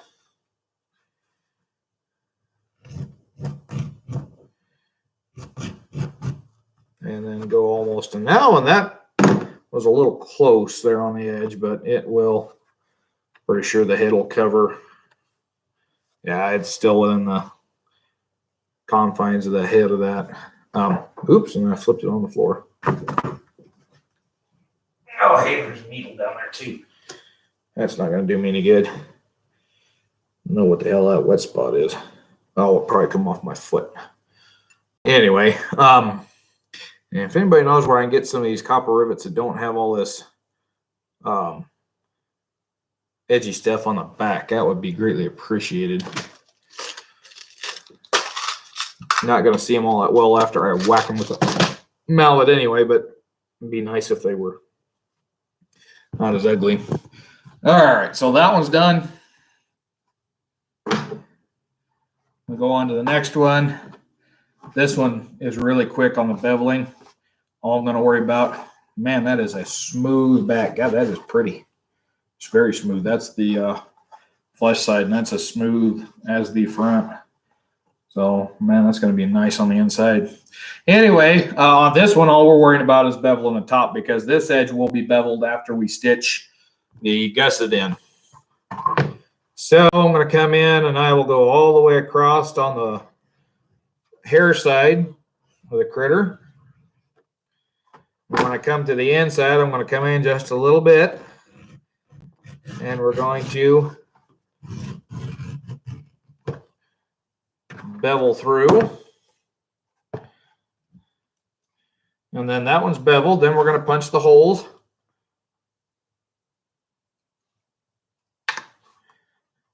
And this pattern that I got, Doug, if you're still there, might want to make some slight adjustments to where you place things, because it's pretty tight.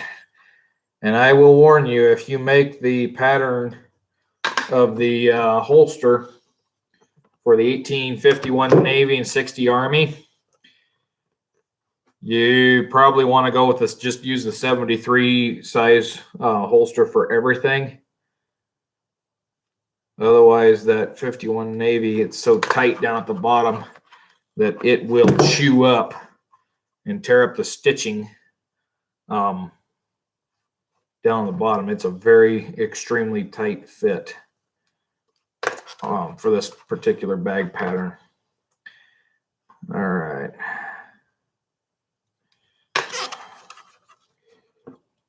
And that one's ready to go. Pretty simple. Then we got the holster pouch for the other side. So again, we're going to bevel it. Come in a little bit.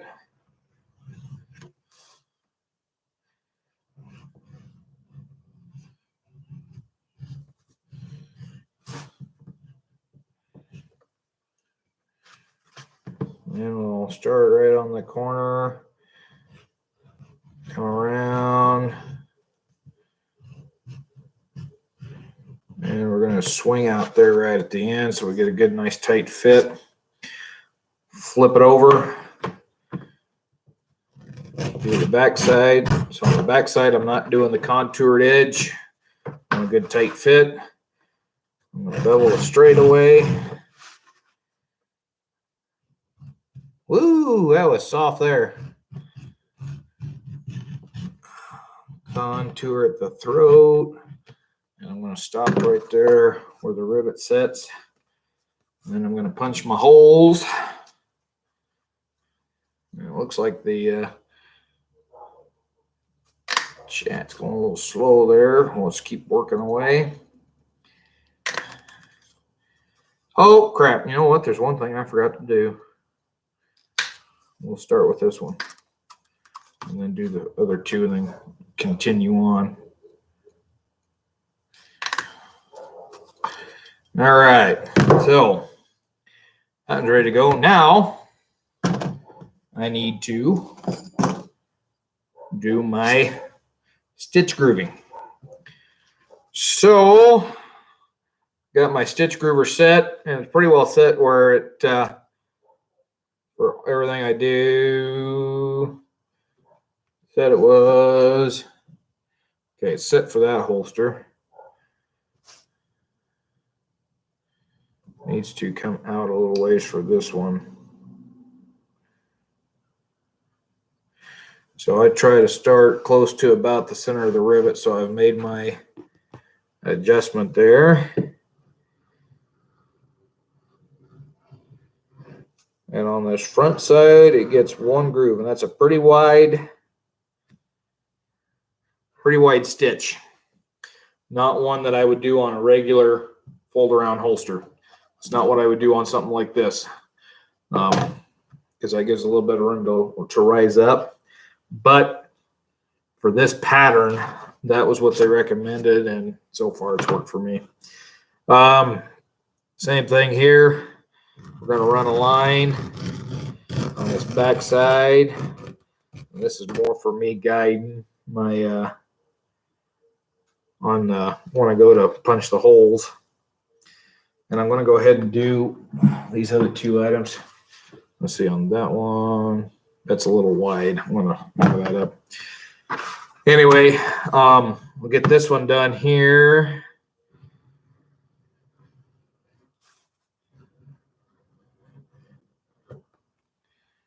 And if you go all the way through, no big deal. The head of that rivet's going to square that up. And then we do one there. Now this one requires 2 stitch lines on the inside. So I'm going to make a slight adjustment.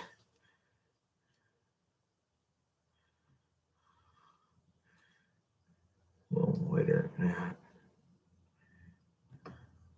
Ooh, not that wide.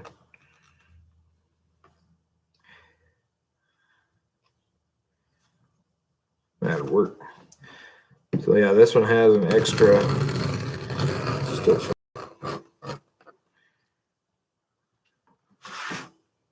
That's just a little extra reinforcement because this is going to have quite a bit of tension on it. Like I said, I'm not worried about getting this too deep. It's more for a guideline. All right, now I'm going to set it back. Put those 2 in there. For the outside bag, I like to go a little tighter. Maybe not quite that tight. Let's see.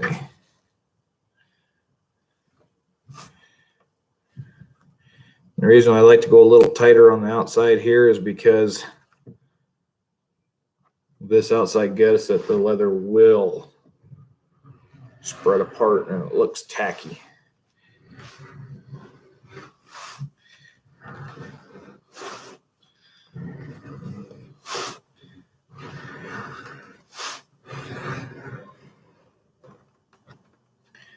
My uncle resharpened this thing for me, and it works like a dream.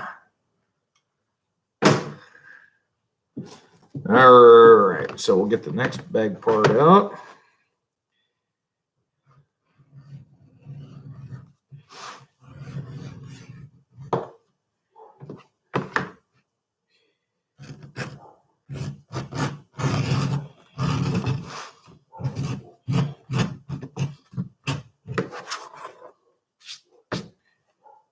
Got that one beveled. We will punch the holes. In the past, I have used a really crappy hole punch that come with a kit. But I hate using that thing. It's a pain in the butt. But one of these days, I'm going to invest in a higher dollar punch set.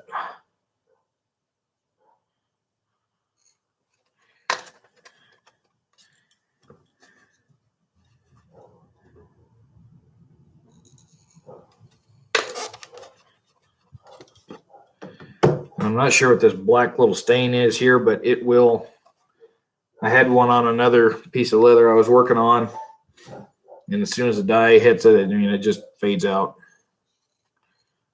I don't know if it's a little bit of mold or what the deal is. Ooh, there's a little blemish there that I didn't see. It's all right. It's not that bad. It's not an area that's going to stand out. And the dye will probably cover that too. It's not too bad in the grain. So I'll get this one grooved.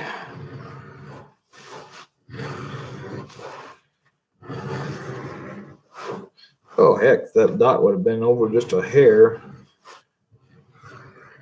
Or if my groove would have been over just a hair, it would have disappeared anyway. All right, so that piece is ready.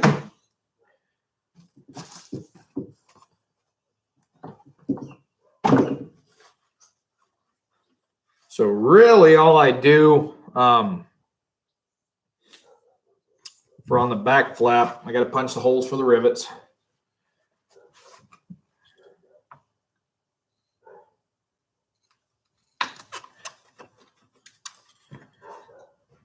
Got it!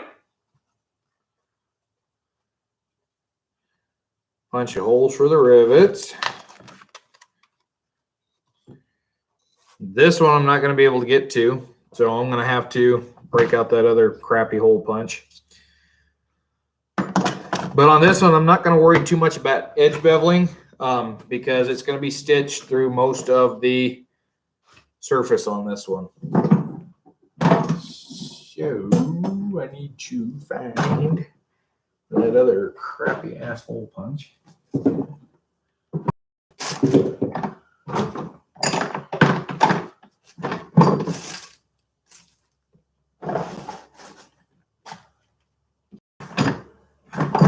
Uh-oh. There it is. There it be. And let's see, is it set for? Yes. So you use this crappy hole punch.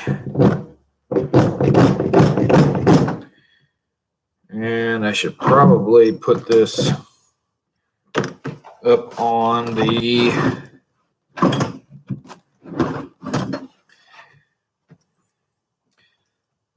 cutting board because it's going to poke a hole through my, I don't know where my good mallet is. Do that.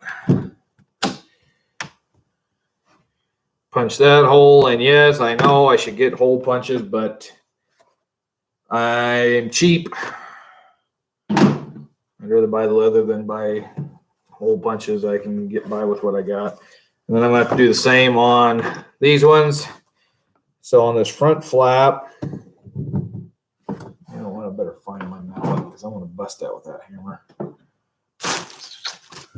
Except my mallet is not here. What did I do with my mallet? Mallet? Where are you, mallet? There it is. Right under my damn nose. All right, so things don't bounce on me. And then there's a little slot here. That's where the buckle, or the strap, I should say, excuse me, is going to protrude through. That was done.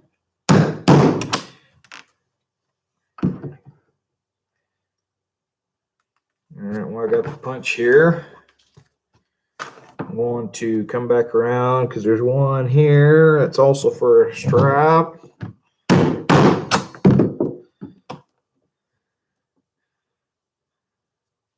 These holes up here, I will not punch until I have the two, the front and the back. So these two pieces here are a front and a back.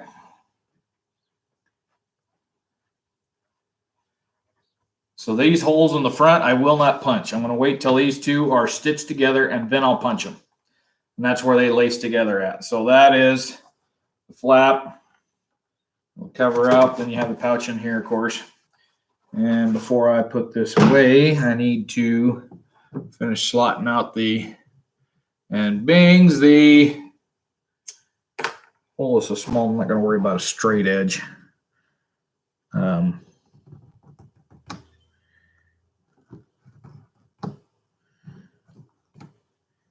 Cut that slot out there.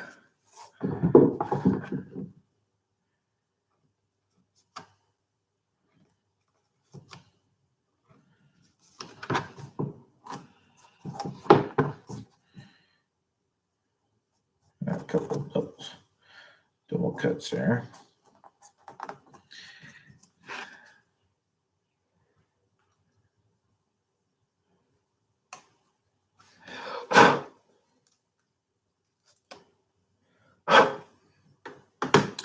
And then let's see, this one needs a groove.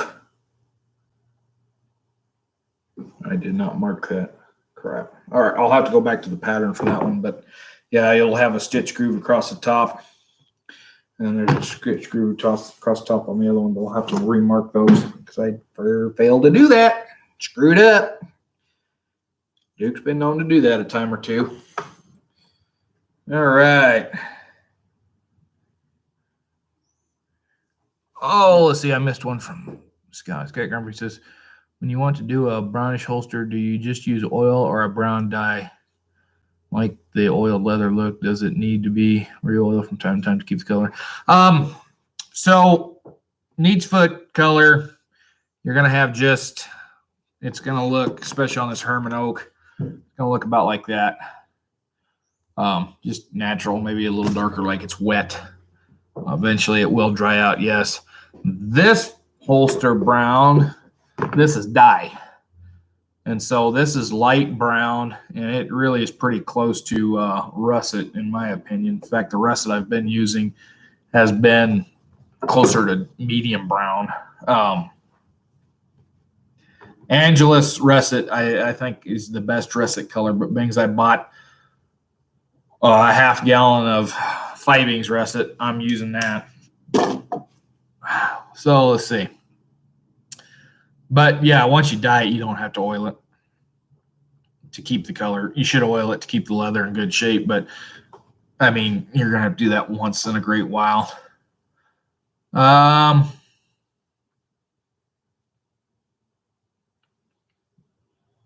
Yeah, Scott, hole punch sets ain't cheap. That's one of the reasons I haven't bought any of them yet.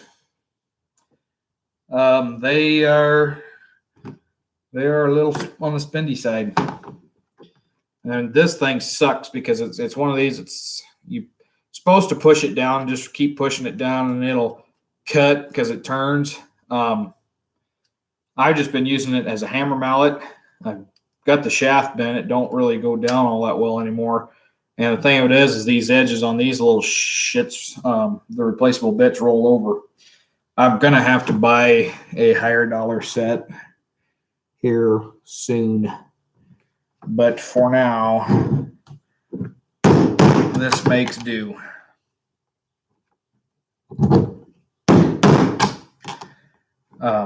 But yeah,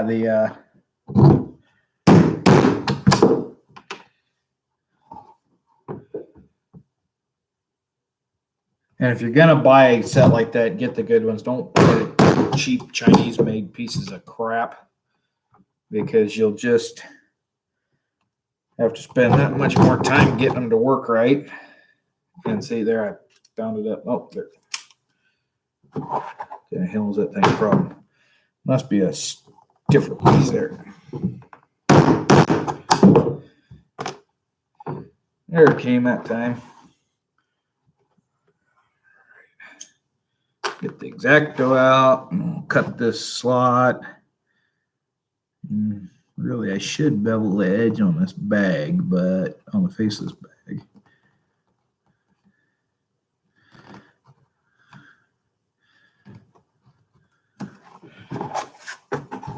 But I can do that. It's not going to be hard to do later. And I still got to do some tooling on this one. Or I shouldn't say tooling, I have to do some carving.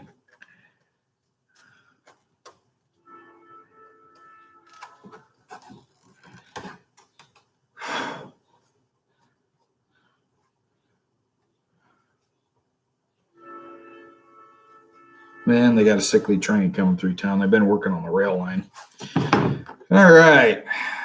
Getting close. Getting close. Something's going in the bin. Thought I was done with the crappy punch. I'm not. I'm not done.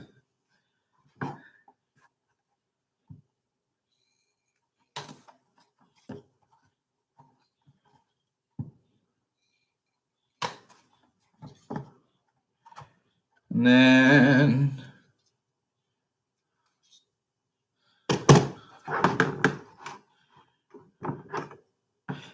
Hey, Thomas. We was just talking about your holster a little while ago.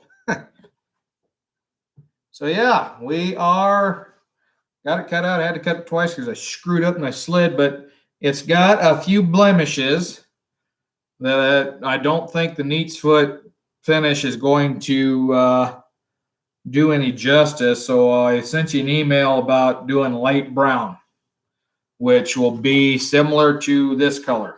In fact, this is light brown here. This one isn't fully done because this one is practicing with an airbrush, but it'll be similar to this in color. It'll be pretty light. Anyway, but yeah, there's your piece.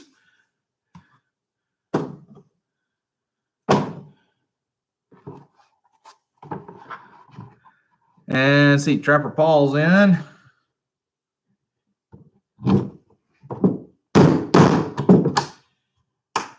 All right, that's the last hole punched. Now I've got to do the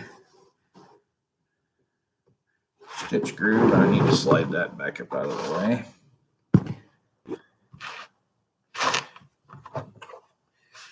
And it helps if you keep that crap out of the way.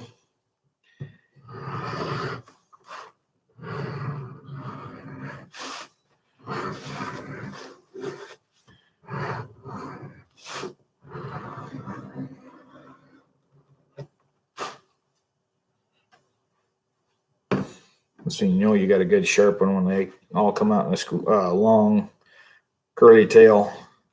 And it's all the same thickness all the way through. That's once good and sharp. It wouldn't do that before. It cuts a good line now. All right, so like I said, this will be beveled. The edges will be beveled after I get it sewed to the front flap. And then we're going to put the stitch groove on Thomas's. I need to reset my groover to the holster setting.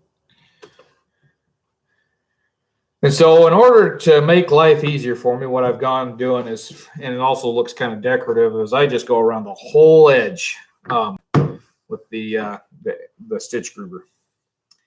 So I'll start down here at the bottom.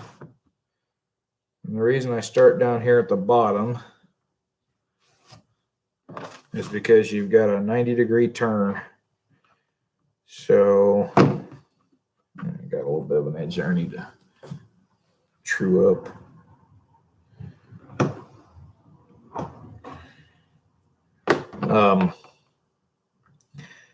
And this is going to have a border stamp on it, so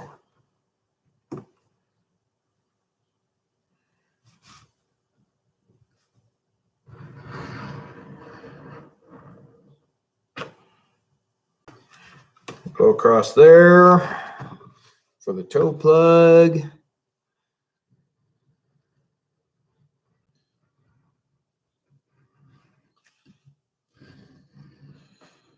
And we'll come up to here.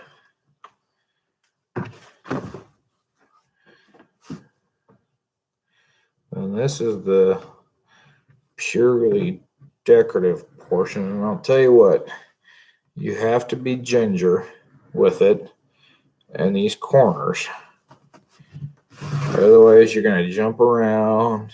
It'll get zigzaggy on you.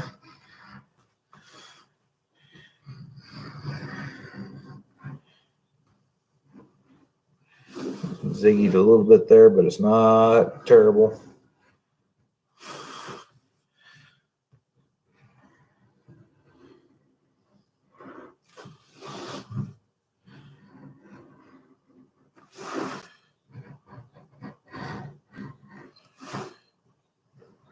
I'll come back down here, and if everything came out right, then we're going to line up just beautiful. Oh, that one's almost worse than cutting on my finger because I put so much pressure down to hold that square and tight to the leather that. And I was for a little while doing those for decorative in here, but then I thought, that looked really tacky after I did a couple of them. I didn't care for it as much, but I think it does look good around the outside there. So the next step in the process is going to be punching holes, which I can do that before or after I do the die. But things that takes as long, if not longer, as it does to cut it out. I'm not going to do that today on this one. We might do another live chat where I punch holes, and it's real simple. I just use a diamond pricking iron. I punch it all the way through, and it looks pretty good. But anyway, Thomas, yeah, there's your holster. Double check, make sure that you didn't email me on the color, but this afternoon I'm going to start dyeing it, or doing some dye. All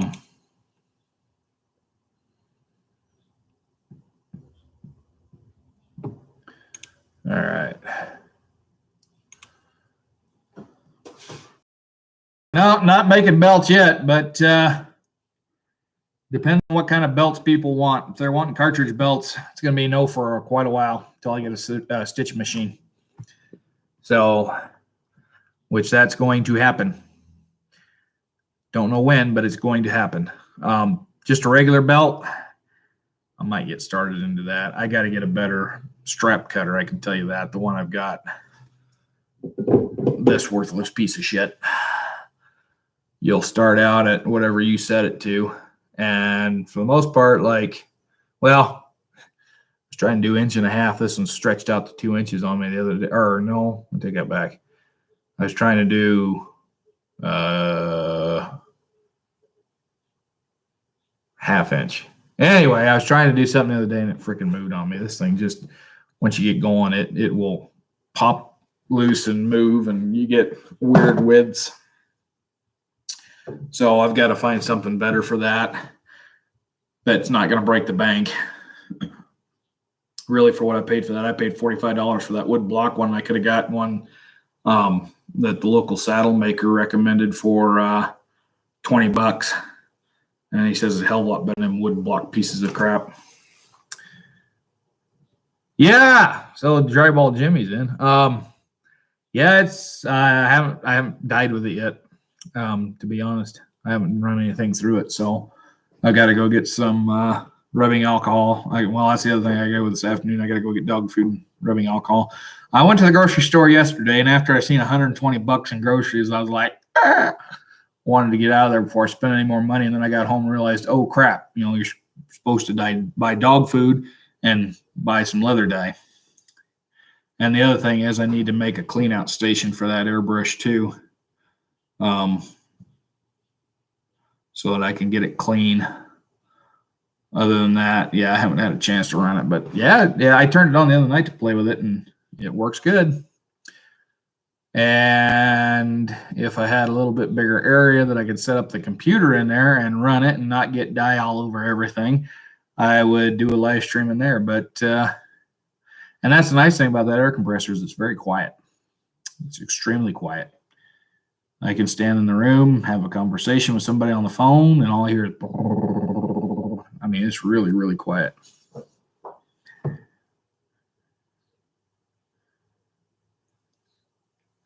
Trapper Paul says $3.45 a gallon here. Holy crap. Yeah, I paid $3 a gallon for mid-grade yesterday, or day before. No, the hell was it? It was Sunday morning. $3 a gallon. I could get regular for $2.85 a gallon. But for the gas mileage, and I'm not using that much gas up here. I mean, shit. I think I could, if I didn't run around and do anything else like besides groceries and work, 17 gallons of gas could get me through 2 to 3 weeks. So, yeah.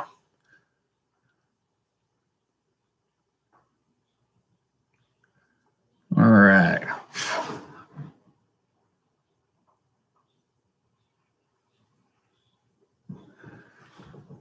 Somebody was driving up down the road. I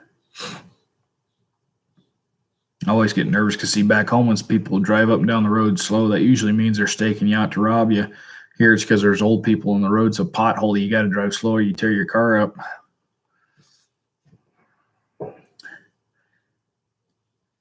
All right. Well, I need to go find my chewing tobacco. And I think I'm going to do that right quick, and I will be right back. I need to get a drink of water too, and then we're going to kind of start to wrap things up.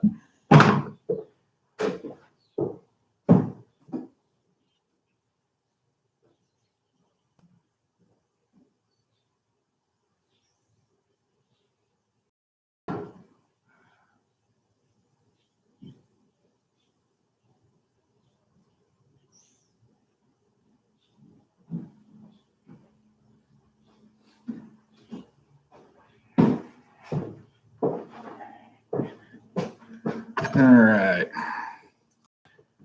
We've been going for right at 2 hours. All right. Started at 9 o'clock. Yep, in 2 hours, I was able to get.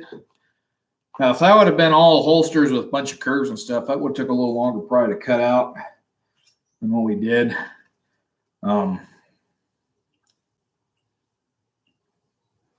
Be anywhere from an hour and a half to 2.5 hours for about 8 holsters.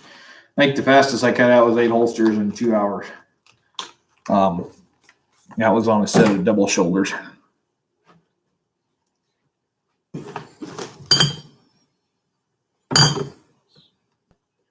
Use it for a 15. Anyway, if y'all got any last minute questions, comments, concerns, before I forget, wow, the questions, comments, and or concerns may be coming in.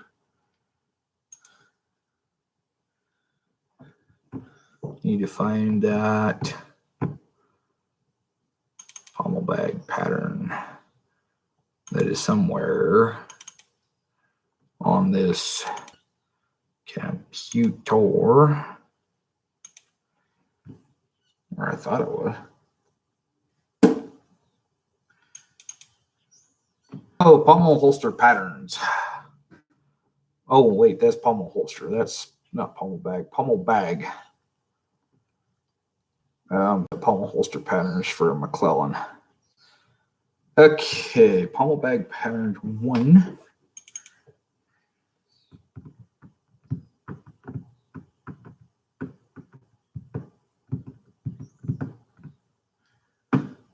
Take forever to open up. All right, yep, that's the one. And then the instructions. So that is the, no, that's pommel holster instructions, pommel bag instructions.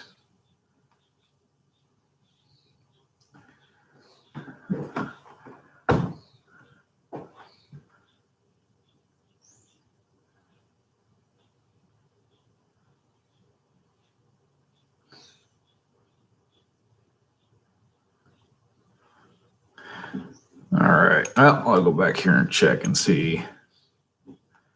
It looks like the chat's pretty quiet. I need to attach.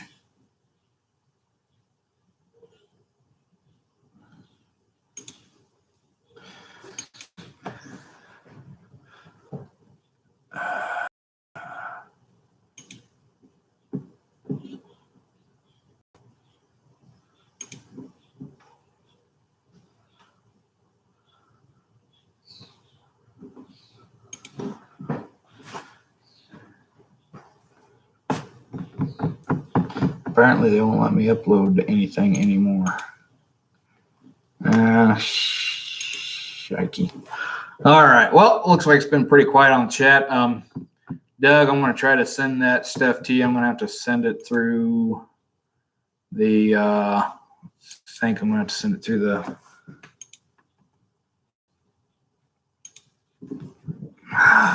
the other page, if you're still watching.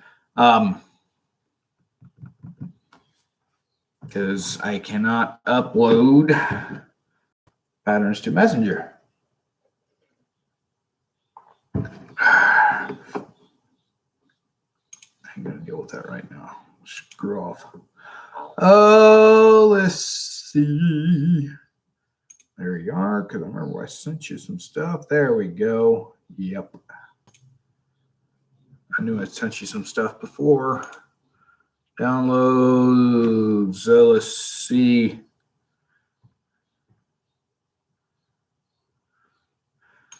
There's that. There's that. And I don't have the pommel bag instructions.